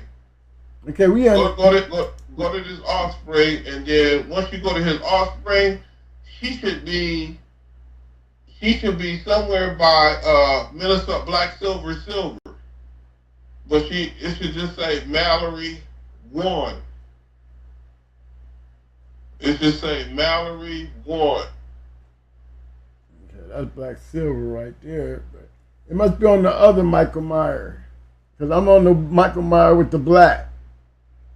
I think that's... Okay, type in Michael Myers the Bulldog. Okay. See if that one got it on there. Because that's what started happening too. All these crazy pages start coming up. And it was like, okay, wait a minute. These are after pages. So I don't know nothing about the page anymore. Right, okay.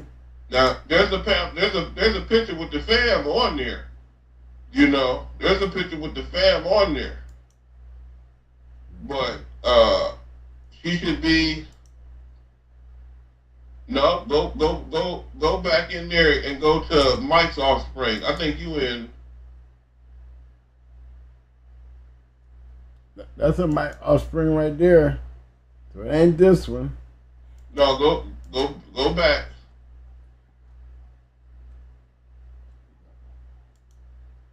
No, go back. Go out of there. Okay.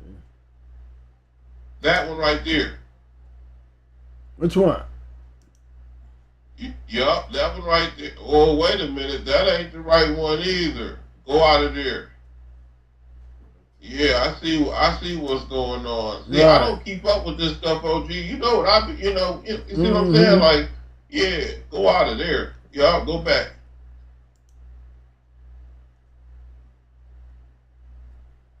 Okay. Yup, go back. That ain't it. Go back.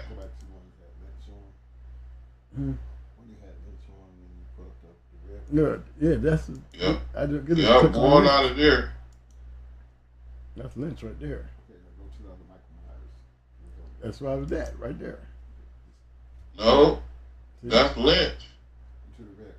Yeah, but we go on the Lynch to get to different Michael Myers. You see? Oh, okay, I see what you're doing. Yeah, and both of these don't neither one of them. Yeah, that's why I was like, just go out of there and go to Michael Myers, and then go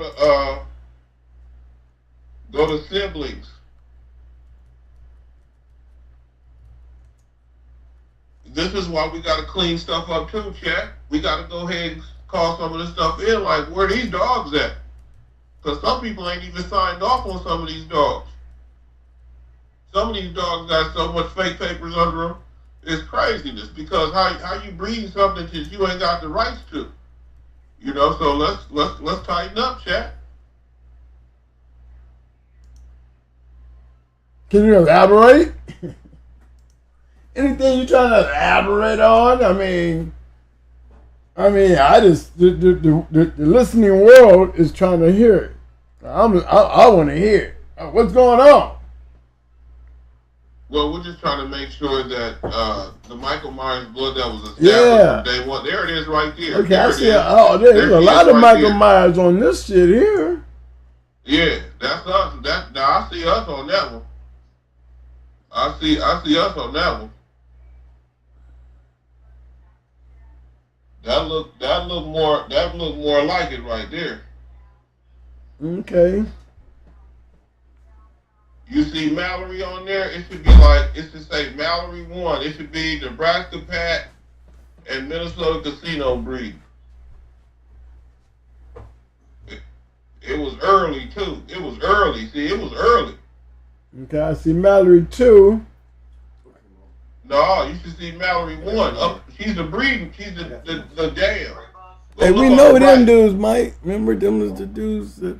Yeah. Yeah, and I also the one that sent bird. That's Winky, right? Or that Mallory? Mallory. Okay, yeah. We met them dudes, yeah. Hold on, I'm finna put So you see Mallory on the right. No, go up. She right there to the right. She's in the damn category. She bred with Mike. Yup, up. Yup, there you go, up. Come down. Right in the basket pack. Up. Right See it say Mallory 1 right there? You know I got bad eyes, man. Take me that Right long to there. look. Oh yeah, there she go. I'm sitting right on her, can't see her. Yeah, we had all them on the show before. Man, we knew those dudes and them. Yeah. Yup. There she go. So those are my girls' grandmama. You know what I'm saying? And we proud of all of that. You know, we proud of all of that.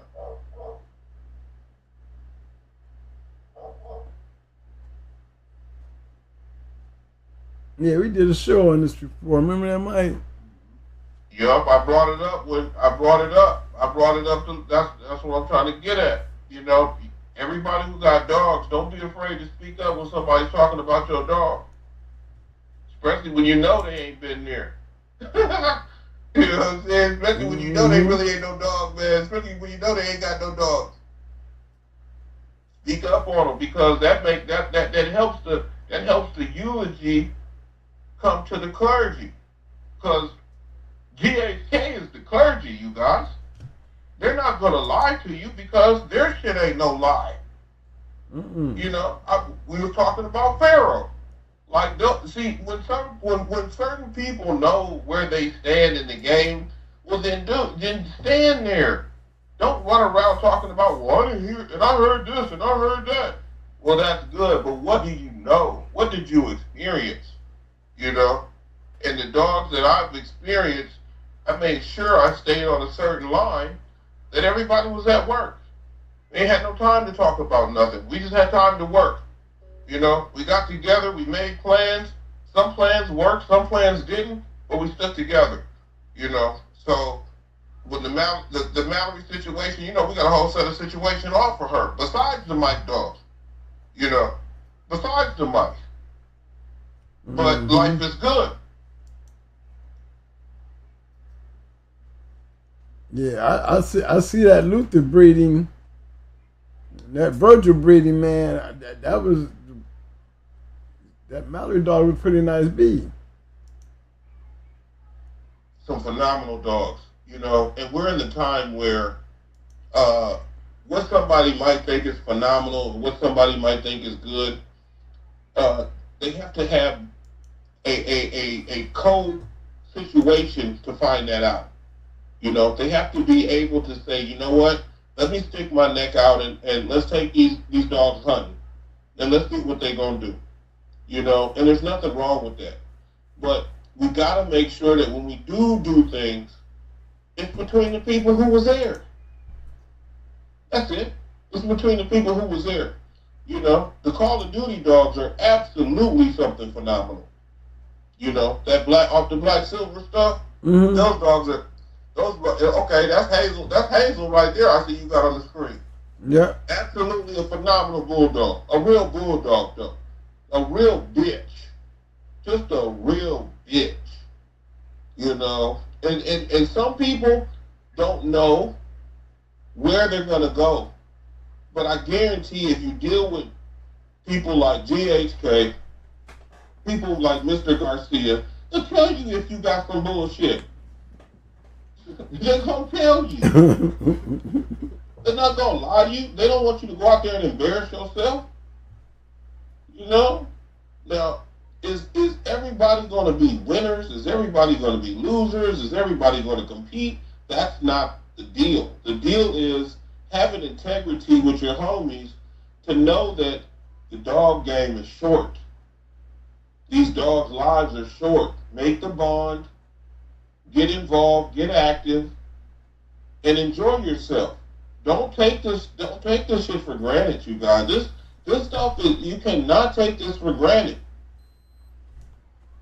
They could put out a list of everybody that done talked about American Pit Bull, but they ain't gonna do it for a beagle.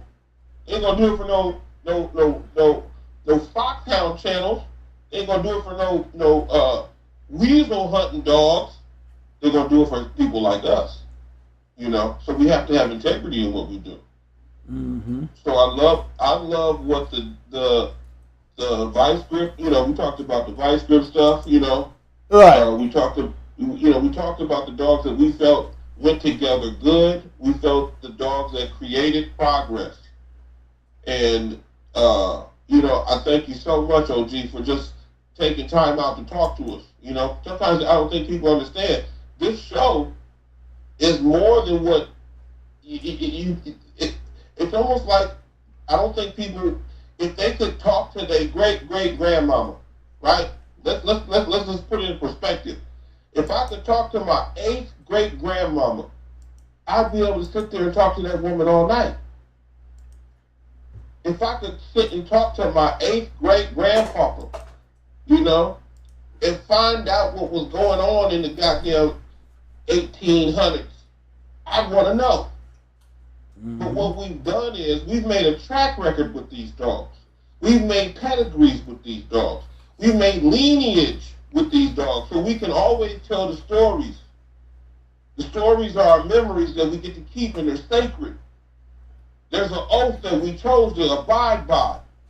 There's a way we're supposed to be dealing with each other. And GHK stepped to the forefront and said, look, y'all, these are the rules and the regulations on how we get down. If you don't want to get down like this, get out the room. Otherwise, we throwing bottles. That's true. He told you guys earlier, give me 10. How many are you guys going to take? How many times are we going to get on here and ain't nobody going to email somebody and say, hey, man, you know, what do you think I should do with this? Or what do you think I should do with that? Salute to Magic. Salute to M1. Salute to Wicked Kennels. Salute to Scratch, man. Scratch Line. News. Yo. There's just people out there that we believe in the work. That's all. We can talk later. But let's get the work done. You know? You're right. The work always speaks for itself. No explanations needed.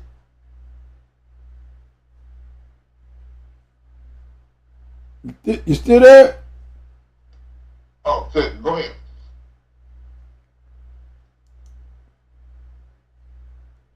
I remember this dog here.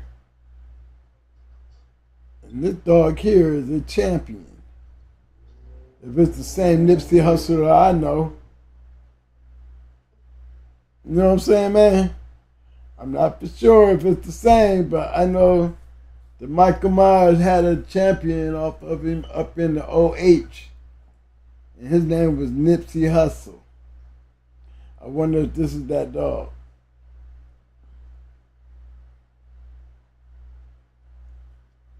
Look like it.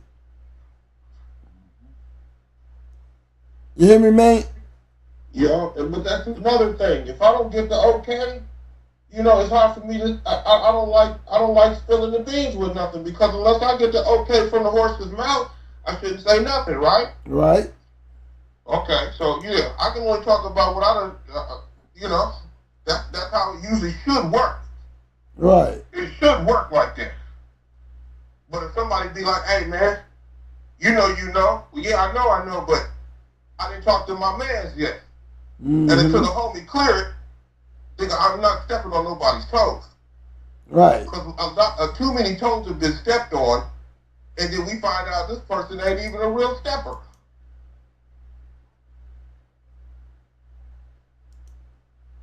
Mm-hmm. So some of us, you know, OG, we live with the night vision on. Right. You know? Right. We live with the night vision on. Program starts in another hour and a half for me. You know? No lights needed. That's how it works in a lot of these camps nowadays. You know, I want you to know this, because everybody knows something. Everybody think they know. But then when it's time to say where your dog's at, everybody get quiet. Everybody get real quiet when you be like, well, go get your dog, man. Let's go ahead and talk. Let's go ahead and talk. Let's bring them across this. Let's bring them across the stage and let the judge say who got the best confirmation. You know, we can talk like that.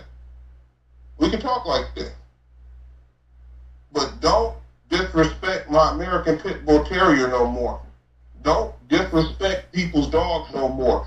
Don't disrespect the oath and the fraternity no more. We're not going to let some of y'all do that no more.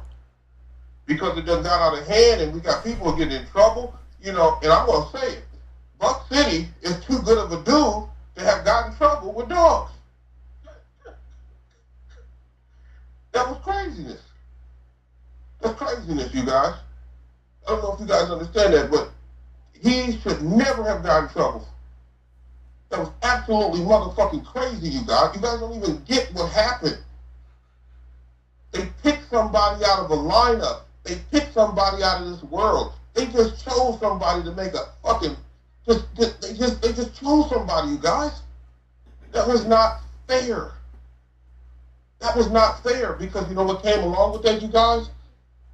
It came along with this show having to kind of clean up and having to go back in this corner with the OxyClean and get over here in the corner and take the broom over here and sweep this up. Mm-hmm. Mr. Garcia doing the same thing. He's doing a cleanup. He's doing a couple windows, making sure, hey, you guys ain't looking at what you guys think you're looking at. Right. So Buck City was the catalyst of everybody saying, look, the fraternity don't run like that. And we feel bad that he got caught up in any of that. Because that's not okay. None of that was okay, you guys. But when the universe chooses you, are you going to be ready to battle back? Are you going to have people in your corner to say, hey, nigga, I don't care what they say about you. I'm going to say what I got to say to stay on my side, but you know we run it. That's why when Pro came up and started talking that craziness, GHK popped up and said, wait a minute, you're not going to tell our story. We'll tell our own business. If we feel like telling our business, we'll tell our own business. And that's what's got to happen in these channels. The people who actually is a part of, and this is, we standing on business, okay, well then, let me just speak up a little bit. And if you want to come hear the real story, my email, my number, I ain't hard to find at all. I ain't never been ran off the block. So let's stick to the process of the oath. If you got these dogs, be prepared. And if you're in a camp, God bless your camp, and I hope everybody's ready. Because nobody knows who's going to get called in this world for some dummy shit.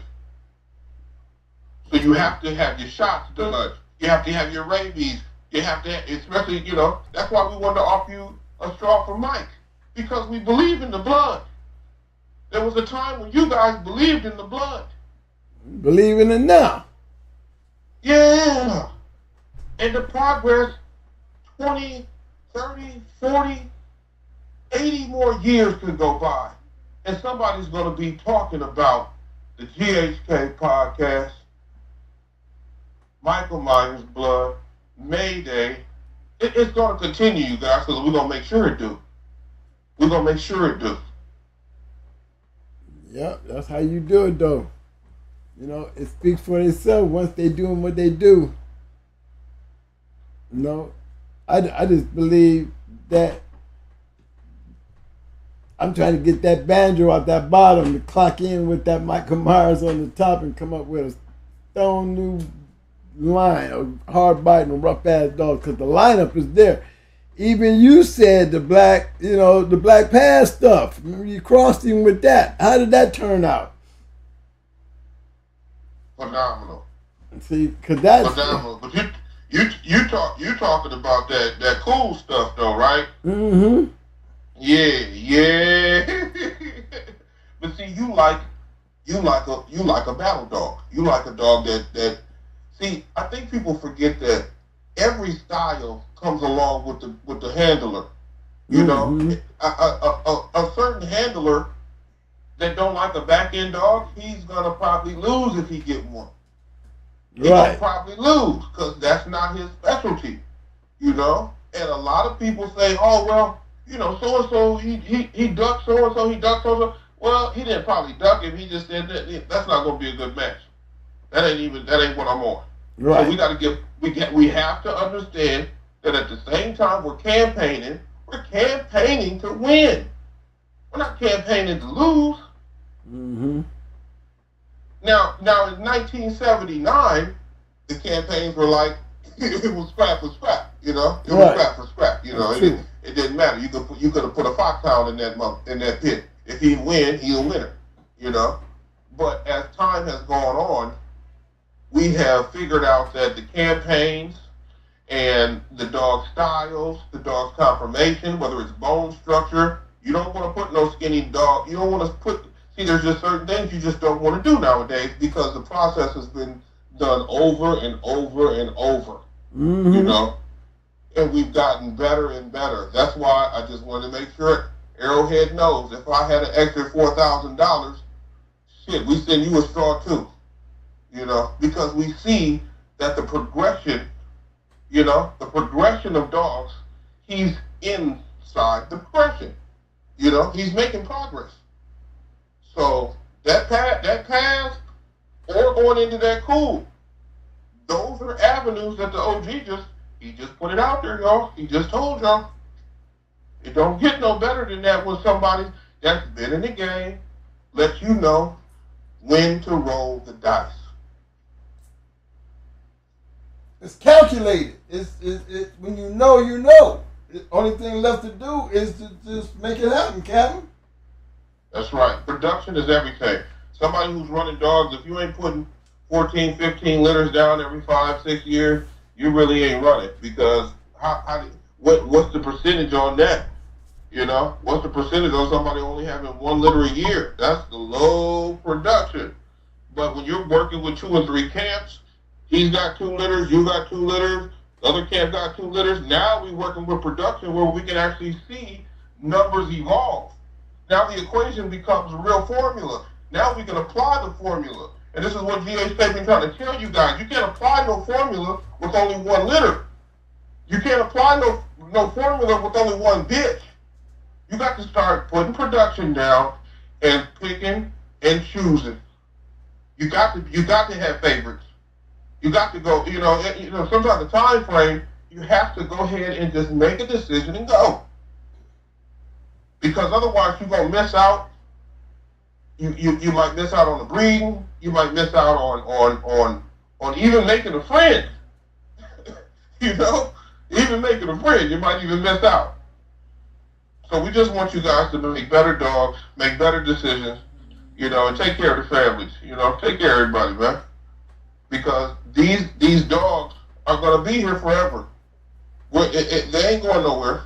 Mm-hmm. They make it look like, they got the chain laws and they got this. Yeah, they've been doing that since the beginning of time. So one day, everybody, especially in this fraternity, we'll kick somebody in the ass and tell him to shine his goddamn shoes. That's what's got to happen. You got to just go ahead and stick your neck out. But be careful. Be careful. Be careful on who you put the dogs in the hands because maybe you don't want to breed to that cool stuff. Maybe you want to go even further back with some old Carver stuff, some old inbred, some old triple inbred stuff.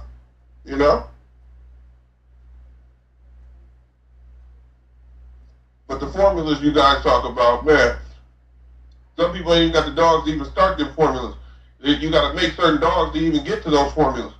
You got to make like 4 or 5.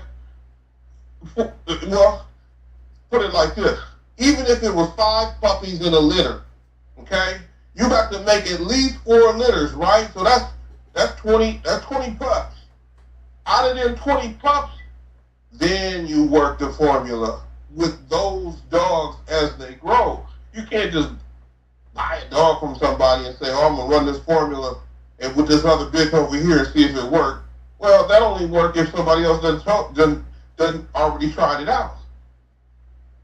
But just gave you a formula tonight. The cools and the past mate. And now you got to remember, that mania, that's just something that people don't even know. That's just something that people don't know. So when you guys are doing your homework, look at where the strains went. Go back and look at where it branched off at, where the crosses came. Look at where the blood started going to. It's that blood, but it went somewhere different. You got to kind of trail it. You got to go ahead and do your homework on it. Because you can find it. There's some guys out here that got some blood that they probably don't even know it'll work good with something else because they don't know if those dogs are still around. So be available. Be open. And be honest. OG, hey, look, y'all, I got to get back to it. I got to get back to it. But as always, I want y'all to know we're going to let them go. We're going to let them go. Let them go. Let them go.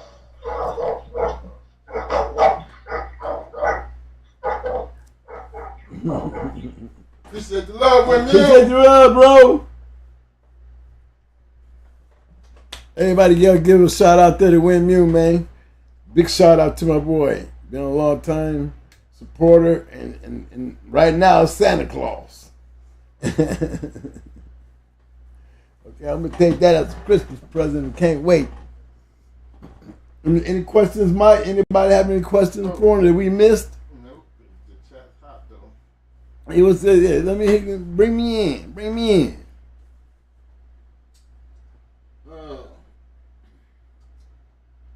Big shout out to my man Courtney Edwards.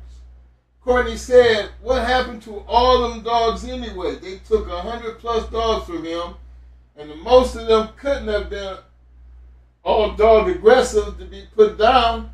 The last ones was puppies."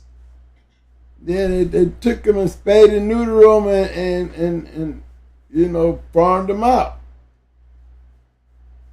They killed all our grown dogs. They killed all our grown dogs. When they took them from us, they killed all of them. They weren't even down there 24 hours.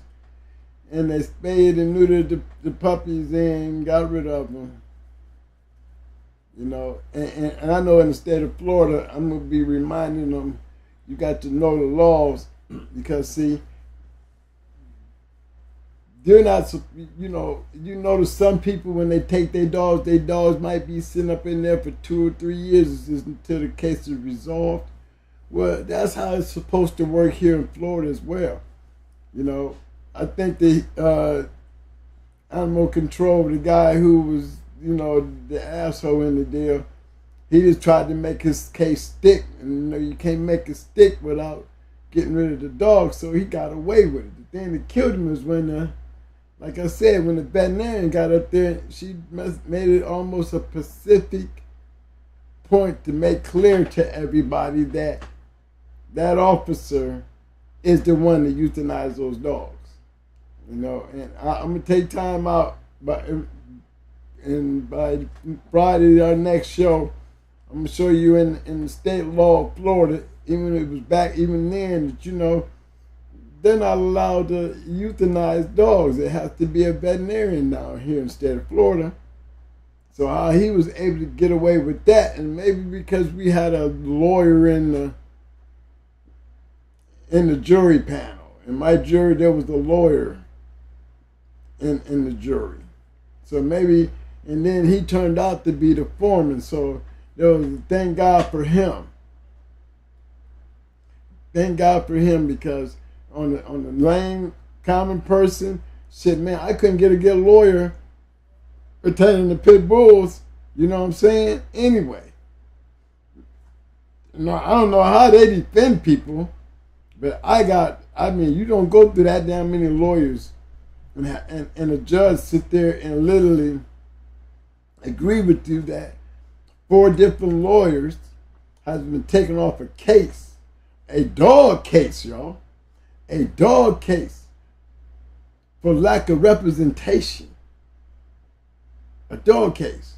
How about if maybe they was just involved in the situation, that this is the way they got off the case. Either way, the judge knew. The good thing about it was, by the time they got to trial, a lot of the shit that they just tried, they did pull and get away with. They couldn't get away with it with me, because the whole time I'm getting rid of lawyers, It's because I'm understanding and knowing my case. I'm not like the old regular brother had to get a lawyer and watch the lawyer tell him what's up. You know, I control all my lawyers because if you don't know as much as me, you better act like it, because if you don't, ain't nothing you're going to be able to tell me, because I'm going to catch everything that they do red-handed. You know, and it's just funny that, you know, that they look at people and consider making their judgments based on the look and not understanding the person they defending. You know, all my lawyers got offended when it came to me telling them, you know, you're not going to dictate me. I'm going to be dictating you because that's what you get paid to do. Have me dictate you. You know, you're supposed to tell me that you went to law school to understand the law. You know what I'm saying? So I'm going to use you because you understand the law to defend me. But if you can't understand the law, if you can't understand, in my case, what the law is, because, I mean, in the trial, I had to speak up and let the judge know something that, you know, is common knowledge to a lawyer, but when you defending yourself, you got to know these things, because, look, there was two things that got added to the judge that I requested that the jury got in the final, you know, the final rundown of what they was to deliberate on. And that was, one was the dogs when it comes to equipment. The other one was, you know, how you going to be charging a person for all those charges of dog fighting, you know what I'm saying? And what's the assumption to dog fighting if you ain't got no witnesses or evidence pertaining to the dog fight? You know what I'm saying? There is definitely a part of the law that exists that, you know, that I should have been exonerated and it should have never even made it to trial. You know, they get so caught up in the news because I was publicized, and I think that's why it took so long, and I think the ending was kept so quiet. You know, they blow it up, but when it turns the wrong way, you know, maybe they could have blew it up and brought it right back out and was like, he was found not guilty of all those charges. But when you say that, and now we go looking at it now we're going to go back and look at the shit that I was saying when I said y'all had a dirty animal control officer. See, they don't want to go back and see that. You know? So what they do, they keep all that down. Yeah, because who goes to jail for 2 bottles of steroids and a baiting charge? Who goes to jail for 30 months for charges like that? Come on, y'all. You know damn well I'm not supposed to go do no prison time. But when you put enough cameras out there and enough noise out there, got to do something. So I accepted that part right there. As long as I didn't get the 30 years, which is easily possible. If I was going to be standing back looking at them, representing me, instead of me standing up for myself and representing myself, even if it came down to, you know, telling the judge, you know, that I got to get another lawyer. And what's the reason this time? Inadequate, dumb as hell. I mean, you know, that's bad when you got 4 lawyers and you dealing in a dog case, y'all. And you got to get lawyers like, man, come on. Maybe what there was a drug charge on that shit. No, they might have been able to do better with the drug charge, but the dog charges, I feel sorry for any guys out there that's running into this dog case because you're damn near guilty. You're damn near guilty. Right off the bat. Just because it's a pit bull. Got to break a stick in the treadmill in the pit bull. Believe me, you're allowed to go to jail. For real. Anything, Mike? My man Courtney Edwards said, twin, that's the same law for animal control here and in other towns near me. They can't put down the animals until they go through the process and then be evaluated and you can go see them. Well, guess what? My dogs was murdered within 24 hours after they took them. By the time I went to the preliminary hearing based on the case, the dogs was already gone. And he's standing there with making it sound like these dogs was all fucked up. Yeah. See, the jury didn't know that part of the law, and I'm surprised through all those other lawyers, they didn't know that part of it, because nobody ever once mentioned the fact that where are all the dogs? The dogs are dead. You mean to tell me y'all don't know those dogs are dead? You see what I'm saying? Then nobody want to speak that part.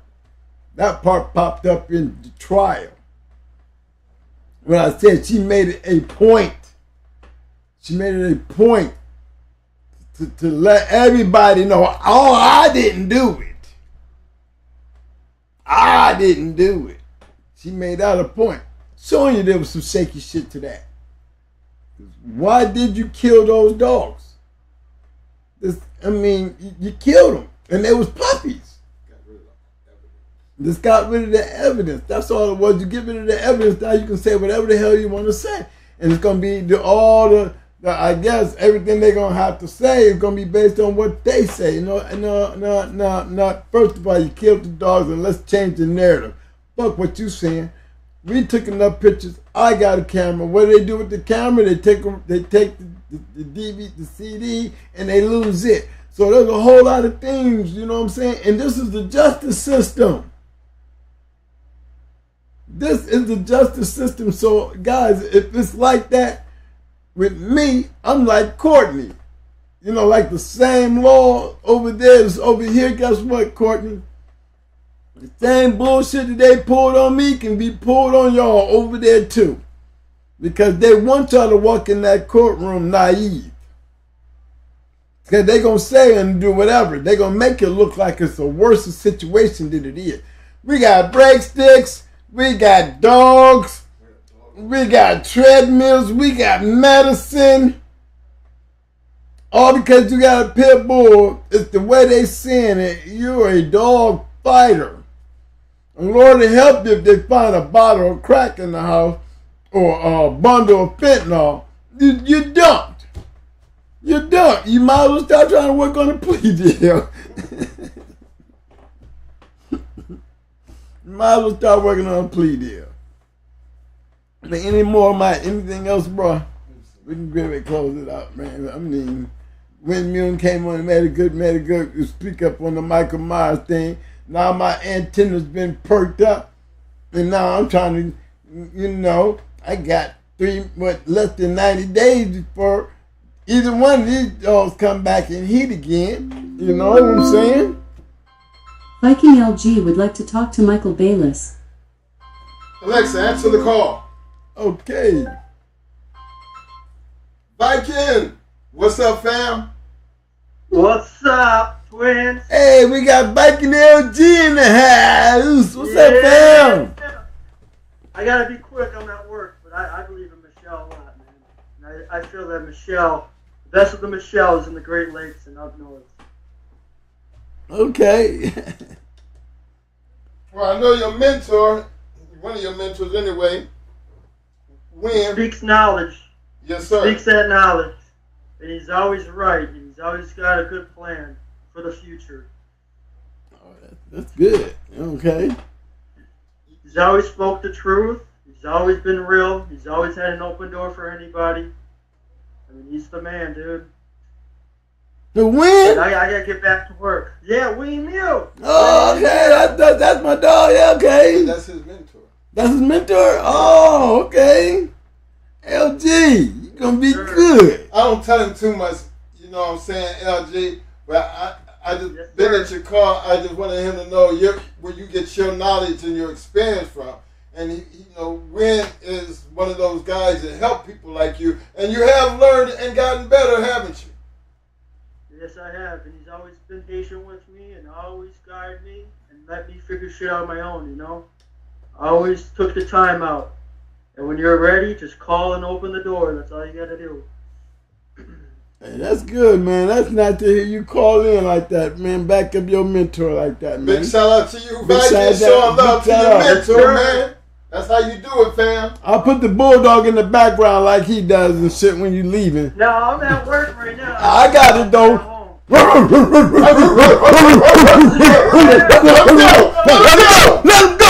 go. Big shout out to now, fam. Appreciate the call, fam. Big shout out to back in Yes, LG, sir, man. Yes, sir. All right. That one, Much bro. love. That one. Yeah, that's good, man. Alexa, disconnect the call. Alexa, disconnect the call. Yeah, I got a chance to act like mute at the end. Yeah, let him go. You better get on your bulldog game, baby. Okay. That's good. You see, when you got guys out there that's learning, man, you know, the learning part, you know, you got to be loyal. You got to stay relevant, too, now. You know, one thing for damn sure and definitely for certain, you know, the raising dogs is not easy, especially pit bulls. And that is the honest to God's truth. Well, all we try to get them to understand is the aftermath to everything when it comes down to these dogs. Yes, sir. Yes, sir. There is an aftermath. You know what I'm saying? So, I liked it the way you put that show tonight, man. You know what I'm saying? Because there was an aftermath in the Michael Myers situation, if you want to know the truth. Well, you know, you got to be around to understand the story, to understand the direction, and why we say the aftermath of these bulldogs and these dogmen go well beyond the stories that people actually know. You're right, they're telling you, you're right. Because you see, look, we know more about the situation than we've been led up to believe. You see what I'm saying? Because we know, remember, we got the dogs. I got the respect. Who? I'm getting straws, baby. I got to respect who? I'm getting straws, and they coming from him. You know what I'm saying? Come on now. So there's more to the story, y'all. Man, I was over there messing around with old Bud. Bud got mad, and man, we got to respect it because we got some Michael Myers dogs. They have me some goddamn Michael Myers sperm. And since nobody said nothing about that, I know you got some over there. Fact is, you wasn't the only one. Yes, right. You ain't the only one with no Michael Myers sperm. Matter of fact, how'd you get them? Yeah, I know something. I'm gonna keep quiet as long as you behave. Okay? I'm gonna keep quiet as long as he behaves. But Michael Myers is definitely a controversial dog because he passed hands because the actual owner, you know, he was taken out. You know how it is when we got to go get set down. Next thing you know it, you leave him here and you come home and you ain't even got him. You know, and then next thing you know it, when you do locate him, you got a chance to make shit right. You don't fuss and bust about it because ain't nobody can do what you do, especially when you get locked down. You know, it's hard enough to get your woman to do shit while you're locked up. Imagine what it is to tell somebody to take my yard and run my yard until I get home. Am I going to have the same yard that I had when I left? I don't think so. I ain't really seen too many dogmen to come out that didn't. You know, we damn near have to get started over. You know what I mean? These guys could have got your shit left. Look, I get ready to get me another goddamn going hard dog, and if I was to slap that pedigree up, y'all be like, well, damn, why would you need Michael Myers and your whole bloodline sitting right there? Because you don't stop. You don't stop. Remember, I got made two sperm sitting right over there. Man, you see me getting a little shiny up in here? Am I getting a little shiny up in here, y'all, with all that? Because you know what I'm saying? Getting hot in here. It's getting hot in here. You know what I'm saying? And it gives you something to look forward to. Because, see, it's like on the way out the door, I hope I get the biggest blessing, you know what I'm saying, to be able to have a May-2 dog, a Michael Myers dog, and it's got going hard all over it.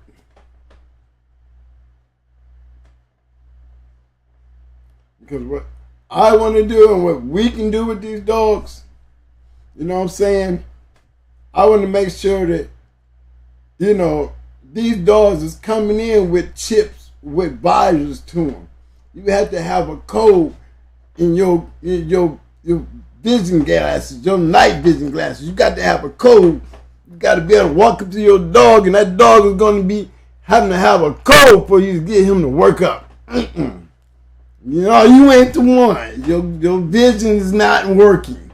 So he's not going to react right. Your vision got to be perfect to have that shit and see that shit work, to see it go through. You know, everybody can't do that. So everybody's not going to be privy to that. So keep your ears close to the ground, fellas, because it's not going to be something that's going to be pronounced as a public special announcement. All right? Keep your ear to the ground as you see going hard twin, getting off and down close. Yeah, we got other females. Yeah, we're going to have some shit coming down there off of Gator. We're going to have some ghetto. We're going to have some stuff coming in off of Old Yellow Dog. Yeah, we're going to even have some more stuff coming in off of Casanova and Ruger. There's great dogs out there. Couple more. You know what I'm saying? There's a couple more, because where there's one, there's more, and I'm going to make sure that I'm going to do a collection plate. So when y'all, when if something was to happen, you know, I'm going to have a menu. It's going to be a menu. It's going to damn near look like Southern Kennels menu. You know what I'm saying? It's going to be one of those. And I'm going to have help because I have you guys in a little time. So keep your ears close. Pay attention. Show me you can do. Show me you know what to do. You may be one of them lucky ones. I'm not going to get up here like BBK and jump out there and have Rappo pups and all that shit. No. I don't want no damn resumes like Chico. Chico want to know your whole damn life and want to know what you're doing. I don't want none of that shit either. You know? I want understanding. You know? We need, somebody want to get somebody to me, be sure you bring an address to a sperm bank if you get in the mail. There's no need to even call if you getting one in mail and you ain't coming with information of a sperm bank in case your dog work out. You know what I'm saying? When you look like he's going to do something, take him over to the sperm bank. You might only have to pay a year. You might turn out to be a cur. You go to the sperm bank and go get your shit out of there and just throw it on the sidewalk right there at the vet's office. Make sure you don't leave with it. That's all. Don't be a crab. And try to hold on to some shit to stop. Unless it stop on some ignorant stuff like lack of you understanding or the fact that you might have a cur. You know, just flat out, he's a cur. You know, don't just go destroy the evidence. You know, that's the best thing to do. Because you want to keep it straight. You don't want to poison what's already good.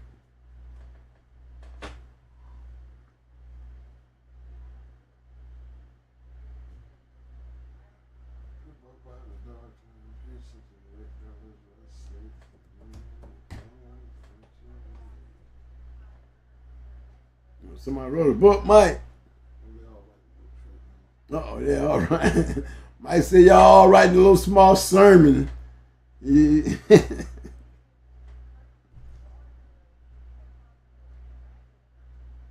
Okay.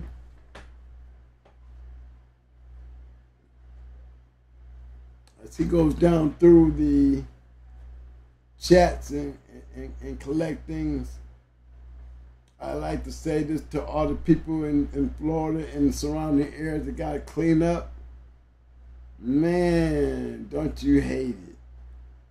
You know, I feel sorry for the people who has major damage.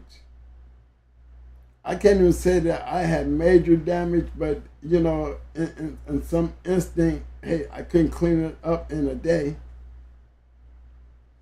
I still have things that still needs to be taken care of. You know, I'm not going up in no damn tree. How am I going to get this tree off my damn garage?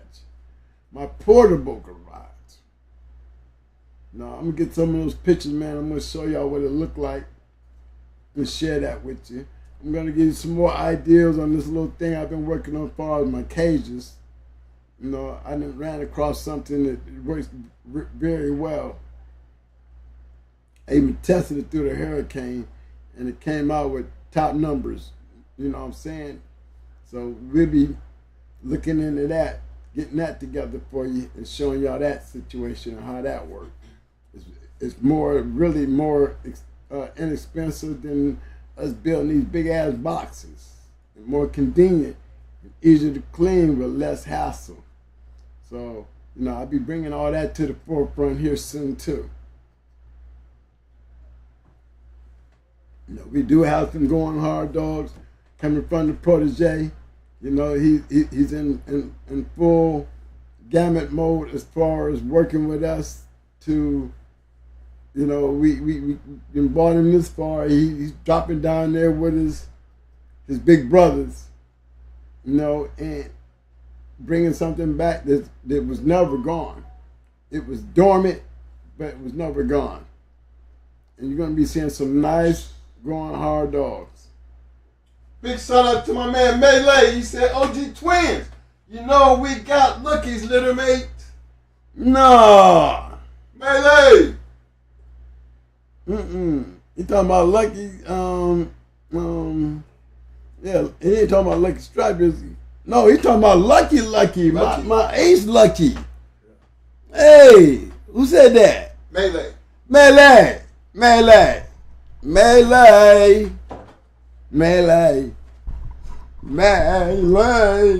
You know, man, I was looking for that dog, man. I need some of that Lucky shit, man. I'll show you some magic. You bring me the right Lucky dog, I'm gonna show you some magic. I'm gonna show y'all why. I'm gonna tell you how that shit can be unstoppable.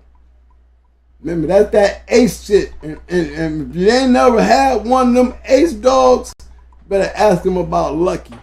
Lucky tell you a lot about Brat. That's for damn sure. Lucky tell you a lot about why Ace wasn't no big, great dog because of Super Nat. But you got to remember, Ace produced a few good, badass dogs too. Not just the Brat. Mama either. So, hey, Lucky, send me some pads, man. Oh, Melee. Well, Lucky Melee. Lucky man. I need some Lucky, baby. I need it. I need to see what you're working with, man, please. You got the email address right. goinghardreloaded@gmail.com, fam.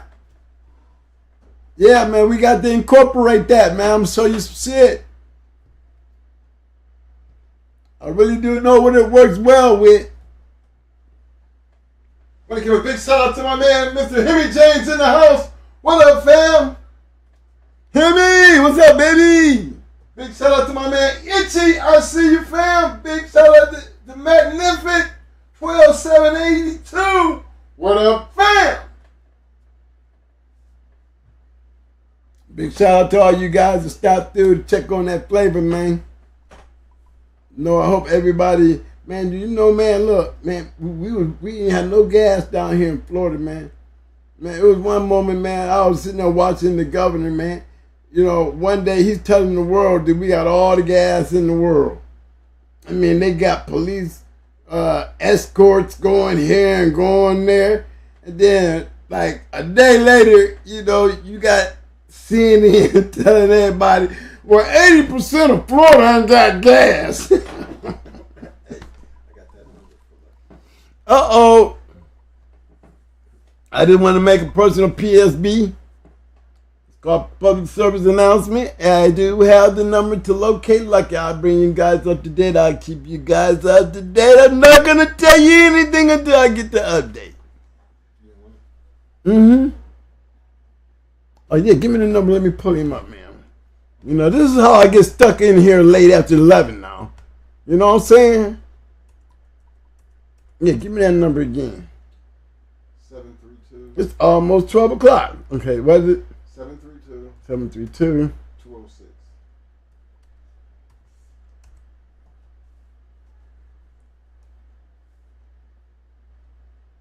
Y'all see the AK? Here we go.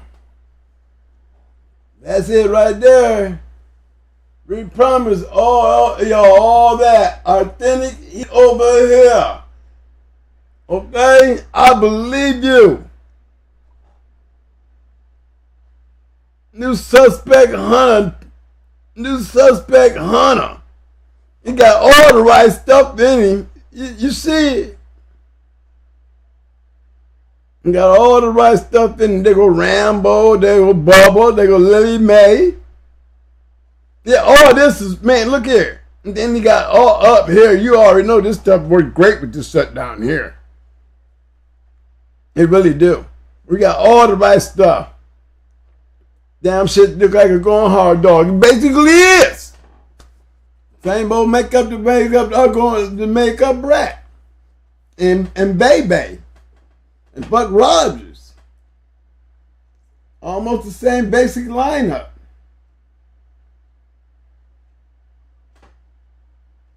You know? We got all the right good stuff in there. Don't forget, this is the winning shit right here. You see that Tennis Bruiser? You see all that down in there? Yeah, we got all that in our going hard stuff. Yeah, that's Baby, Buck Rogers and all them, you know what I'm saying? Heavy bruiser. Oh, Jackson is the guy that had Hooker Red. Jackson's Hooker Red. Tell you, man, somebody was following. Look at that. Good producer. Good producer. Believing these dogs right here, that bruiser stuff can produce. We was double bred bruiser.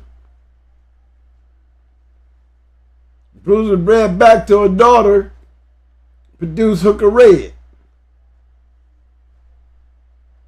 Off of Bruiser and Sassy. Believe me, I know this is some shit. I'm telling you, I know this is some heat. I know he's some heat. Hunter's an incredible bulldog. Nothing in his weight class will stand in front of him, and I believe that. I believe that. You wouldn't believe it if you ain't never had it. And that's why I like the Lucky. These dogs is bred real good. Real good.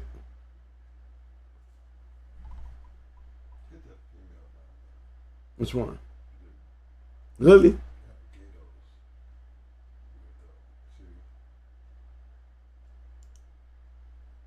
I thought I did click on her. Mm-hmm.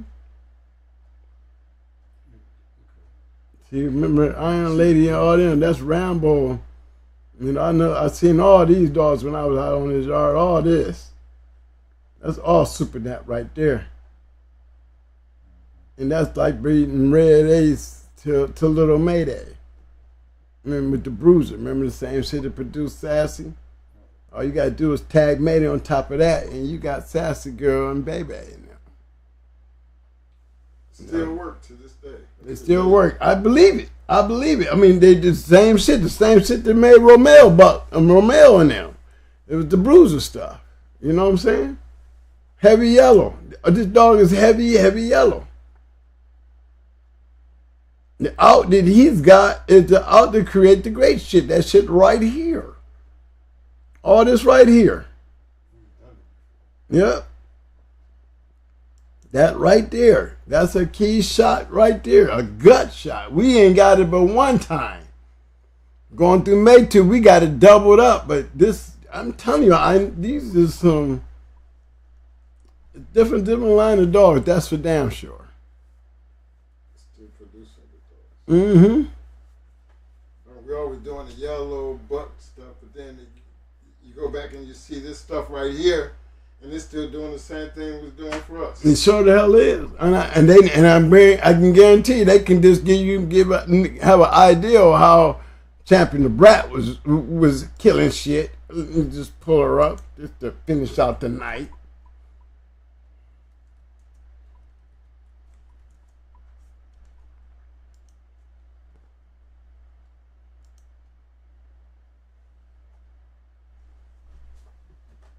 The short end.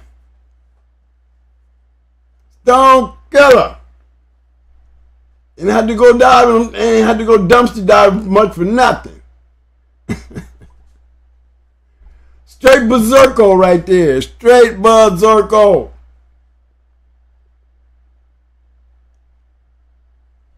But see, y'all got generations of it. Now imagine this, y'all. We got Michael Myers straws coming. I would love to have it. I just can't wait to see it. And then you got Maytooth straws.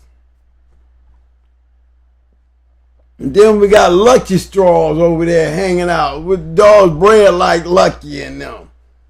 Over there. What was the dude's name? Melee. Melee, you see what kind of swimming pool you getting ready to swim in, bro? Come on over and join the party, man. Come on over and join the party. We waiting on you, man. We'll wait on you, fam. About with the community, I'm telling y'all, man. I'm telling you, y'all. That's how great shit get created. Catch me while I'm alive. Catch me while I'm alive. I'm telling you, that right there, this, you know, we just keep on tagging it. Keep on tagging it. That's all.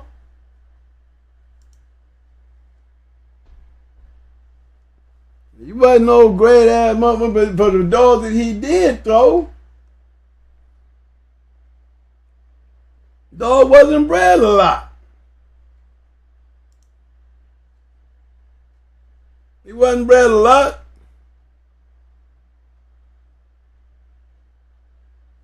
Straight killer shit. Right there about that bruiser. This is day bottom right there. Only thing that dog, what's his name, Mike? Him. Hunter. Only thing different than Hunter is this shit right here ain't there. Mayday. Look at everything else on that bottom.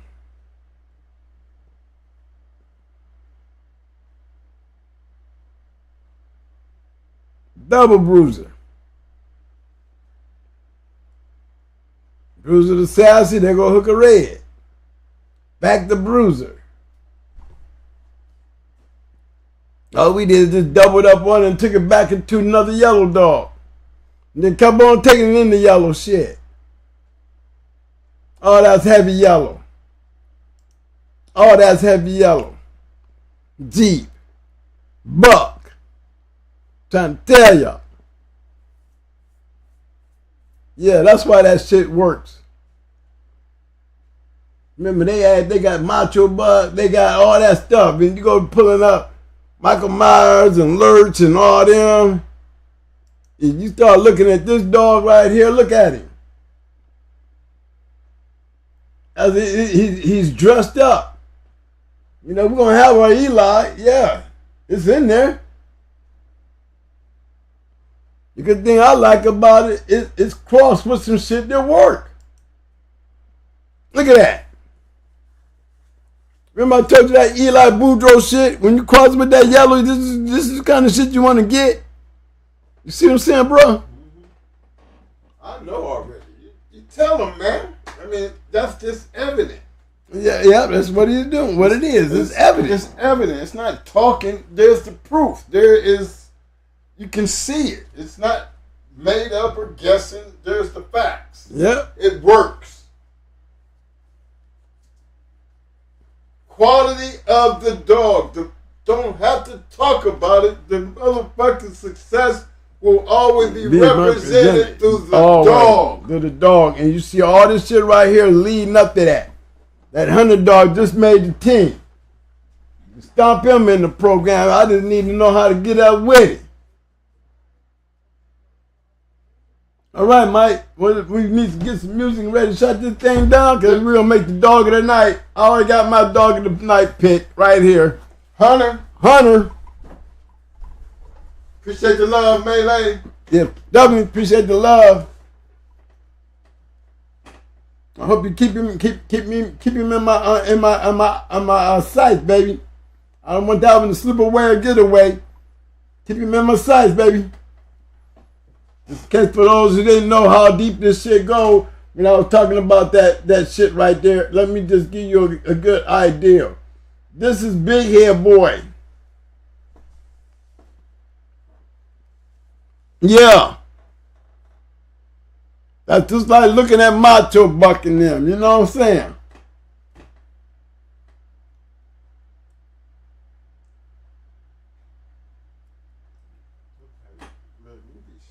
Mm-hmm.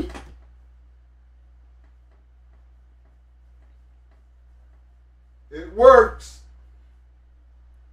On so many levels. And that's a champion. We did all it's doing is showing you that cross work. If I can run down there and grab Baby, I can go around Red Ruby. Every one of these dogs is bred like that. You know what I'm saying? What make them better is that goddamn ace shit on the bottom, man. We need that ace shit because it's going to take all that crazy Mayday. The buck is what's saving that Mayday. The buck saves that Mayday.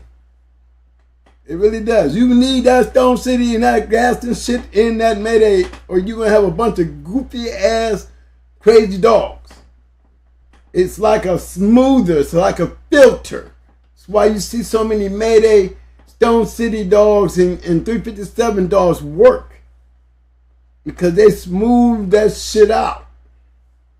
You know, maybe that's because of that cold ass awesome baby where, you know, it just smooths it out where it doesn't be like those big old dumb ass, goofy ass Mayday dogs that just scratch all day, no mouth, no talent, no ability, but, you know, guaranteed scratch.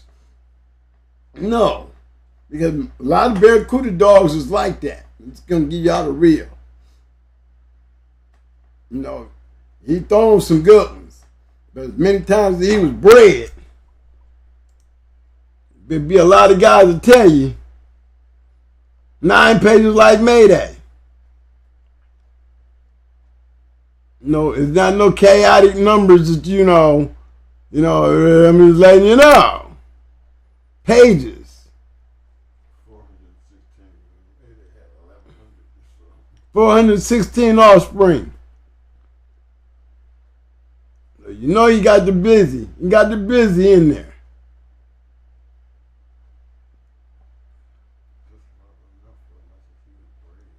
Yeah, sure enough. It's true.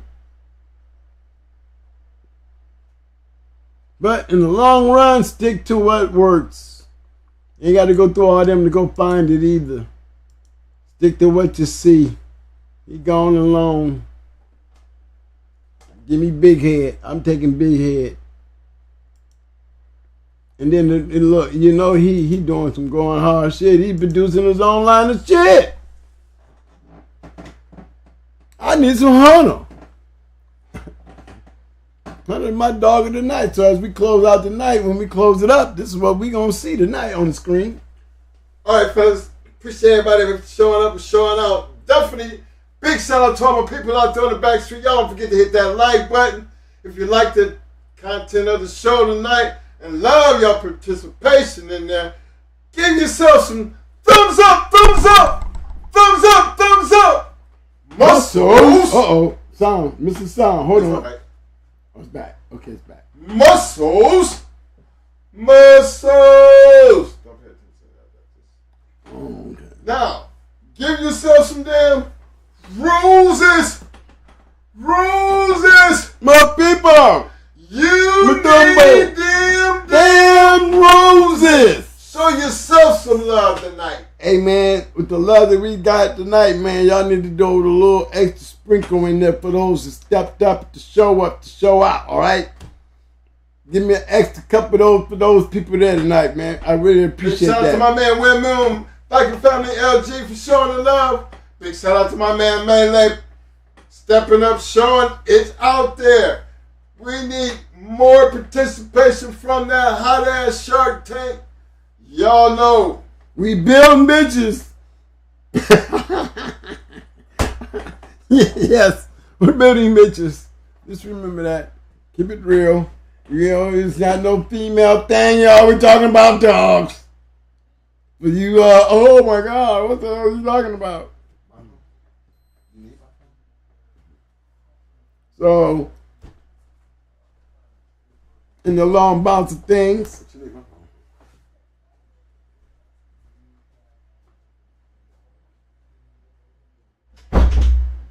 You need to cut the music on or something. You had to step out of the room. Let me see if I can do it. I ain't gonna do it. I'll sit here and play around with y'all for a minute. Hey, y'all, thanks for showing up to love. Appreciate that. Y'all keep doing what y'all doing. For those who ain't out there doing it, get along with everybody else. I wouldn't care for one, but one thumbs up, one rose, one muscle. Show the love, because I see the people go out their way and they just flood the page with it. That's what we need around here. Participation. Total participation helps us help you. Take advantage of the situation. Get involved. Thank you. Mo, let me get up this music right quick, bro. Yeah. I'm working on new tracks, everybody, so y'all know what's happening. Been down with the Yeah, you back down in the back on the lab tab. Yes, sir.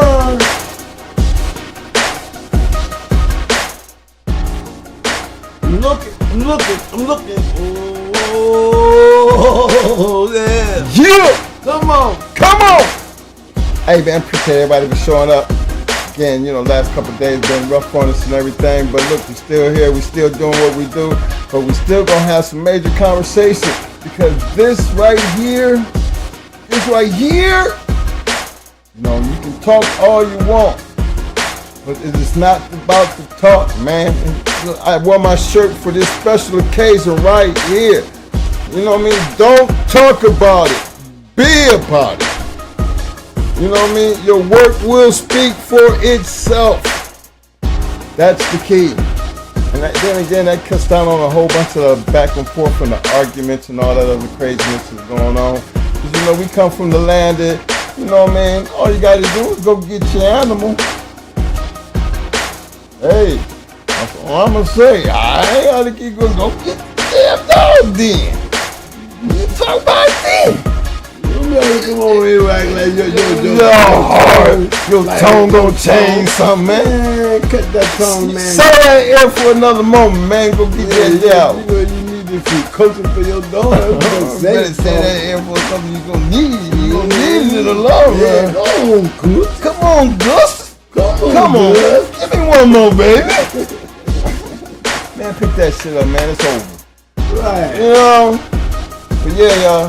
Appreciate the love, appreciate everybody for showing up and showing out. Y'all know we're gonna try our best to be back here Friday. Things are gonna get a little we're gonna get a little bit picky here. Cause like I said, I'm trying to get everything in.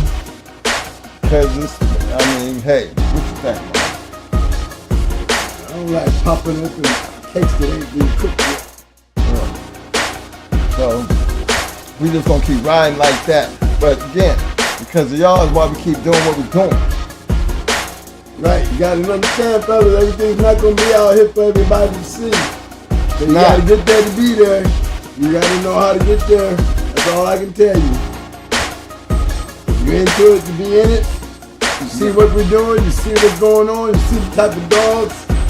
Hey man, better take that bus while it's there. The yellow bus, you know which one. The one you say get off and stand on the footprints. That's where we at. We back here. Let's keep it back here.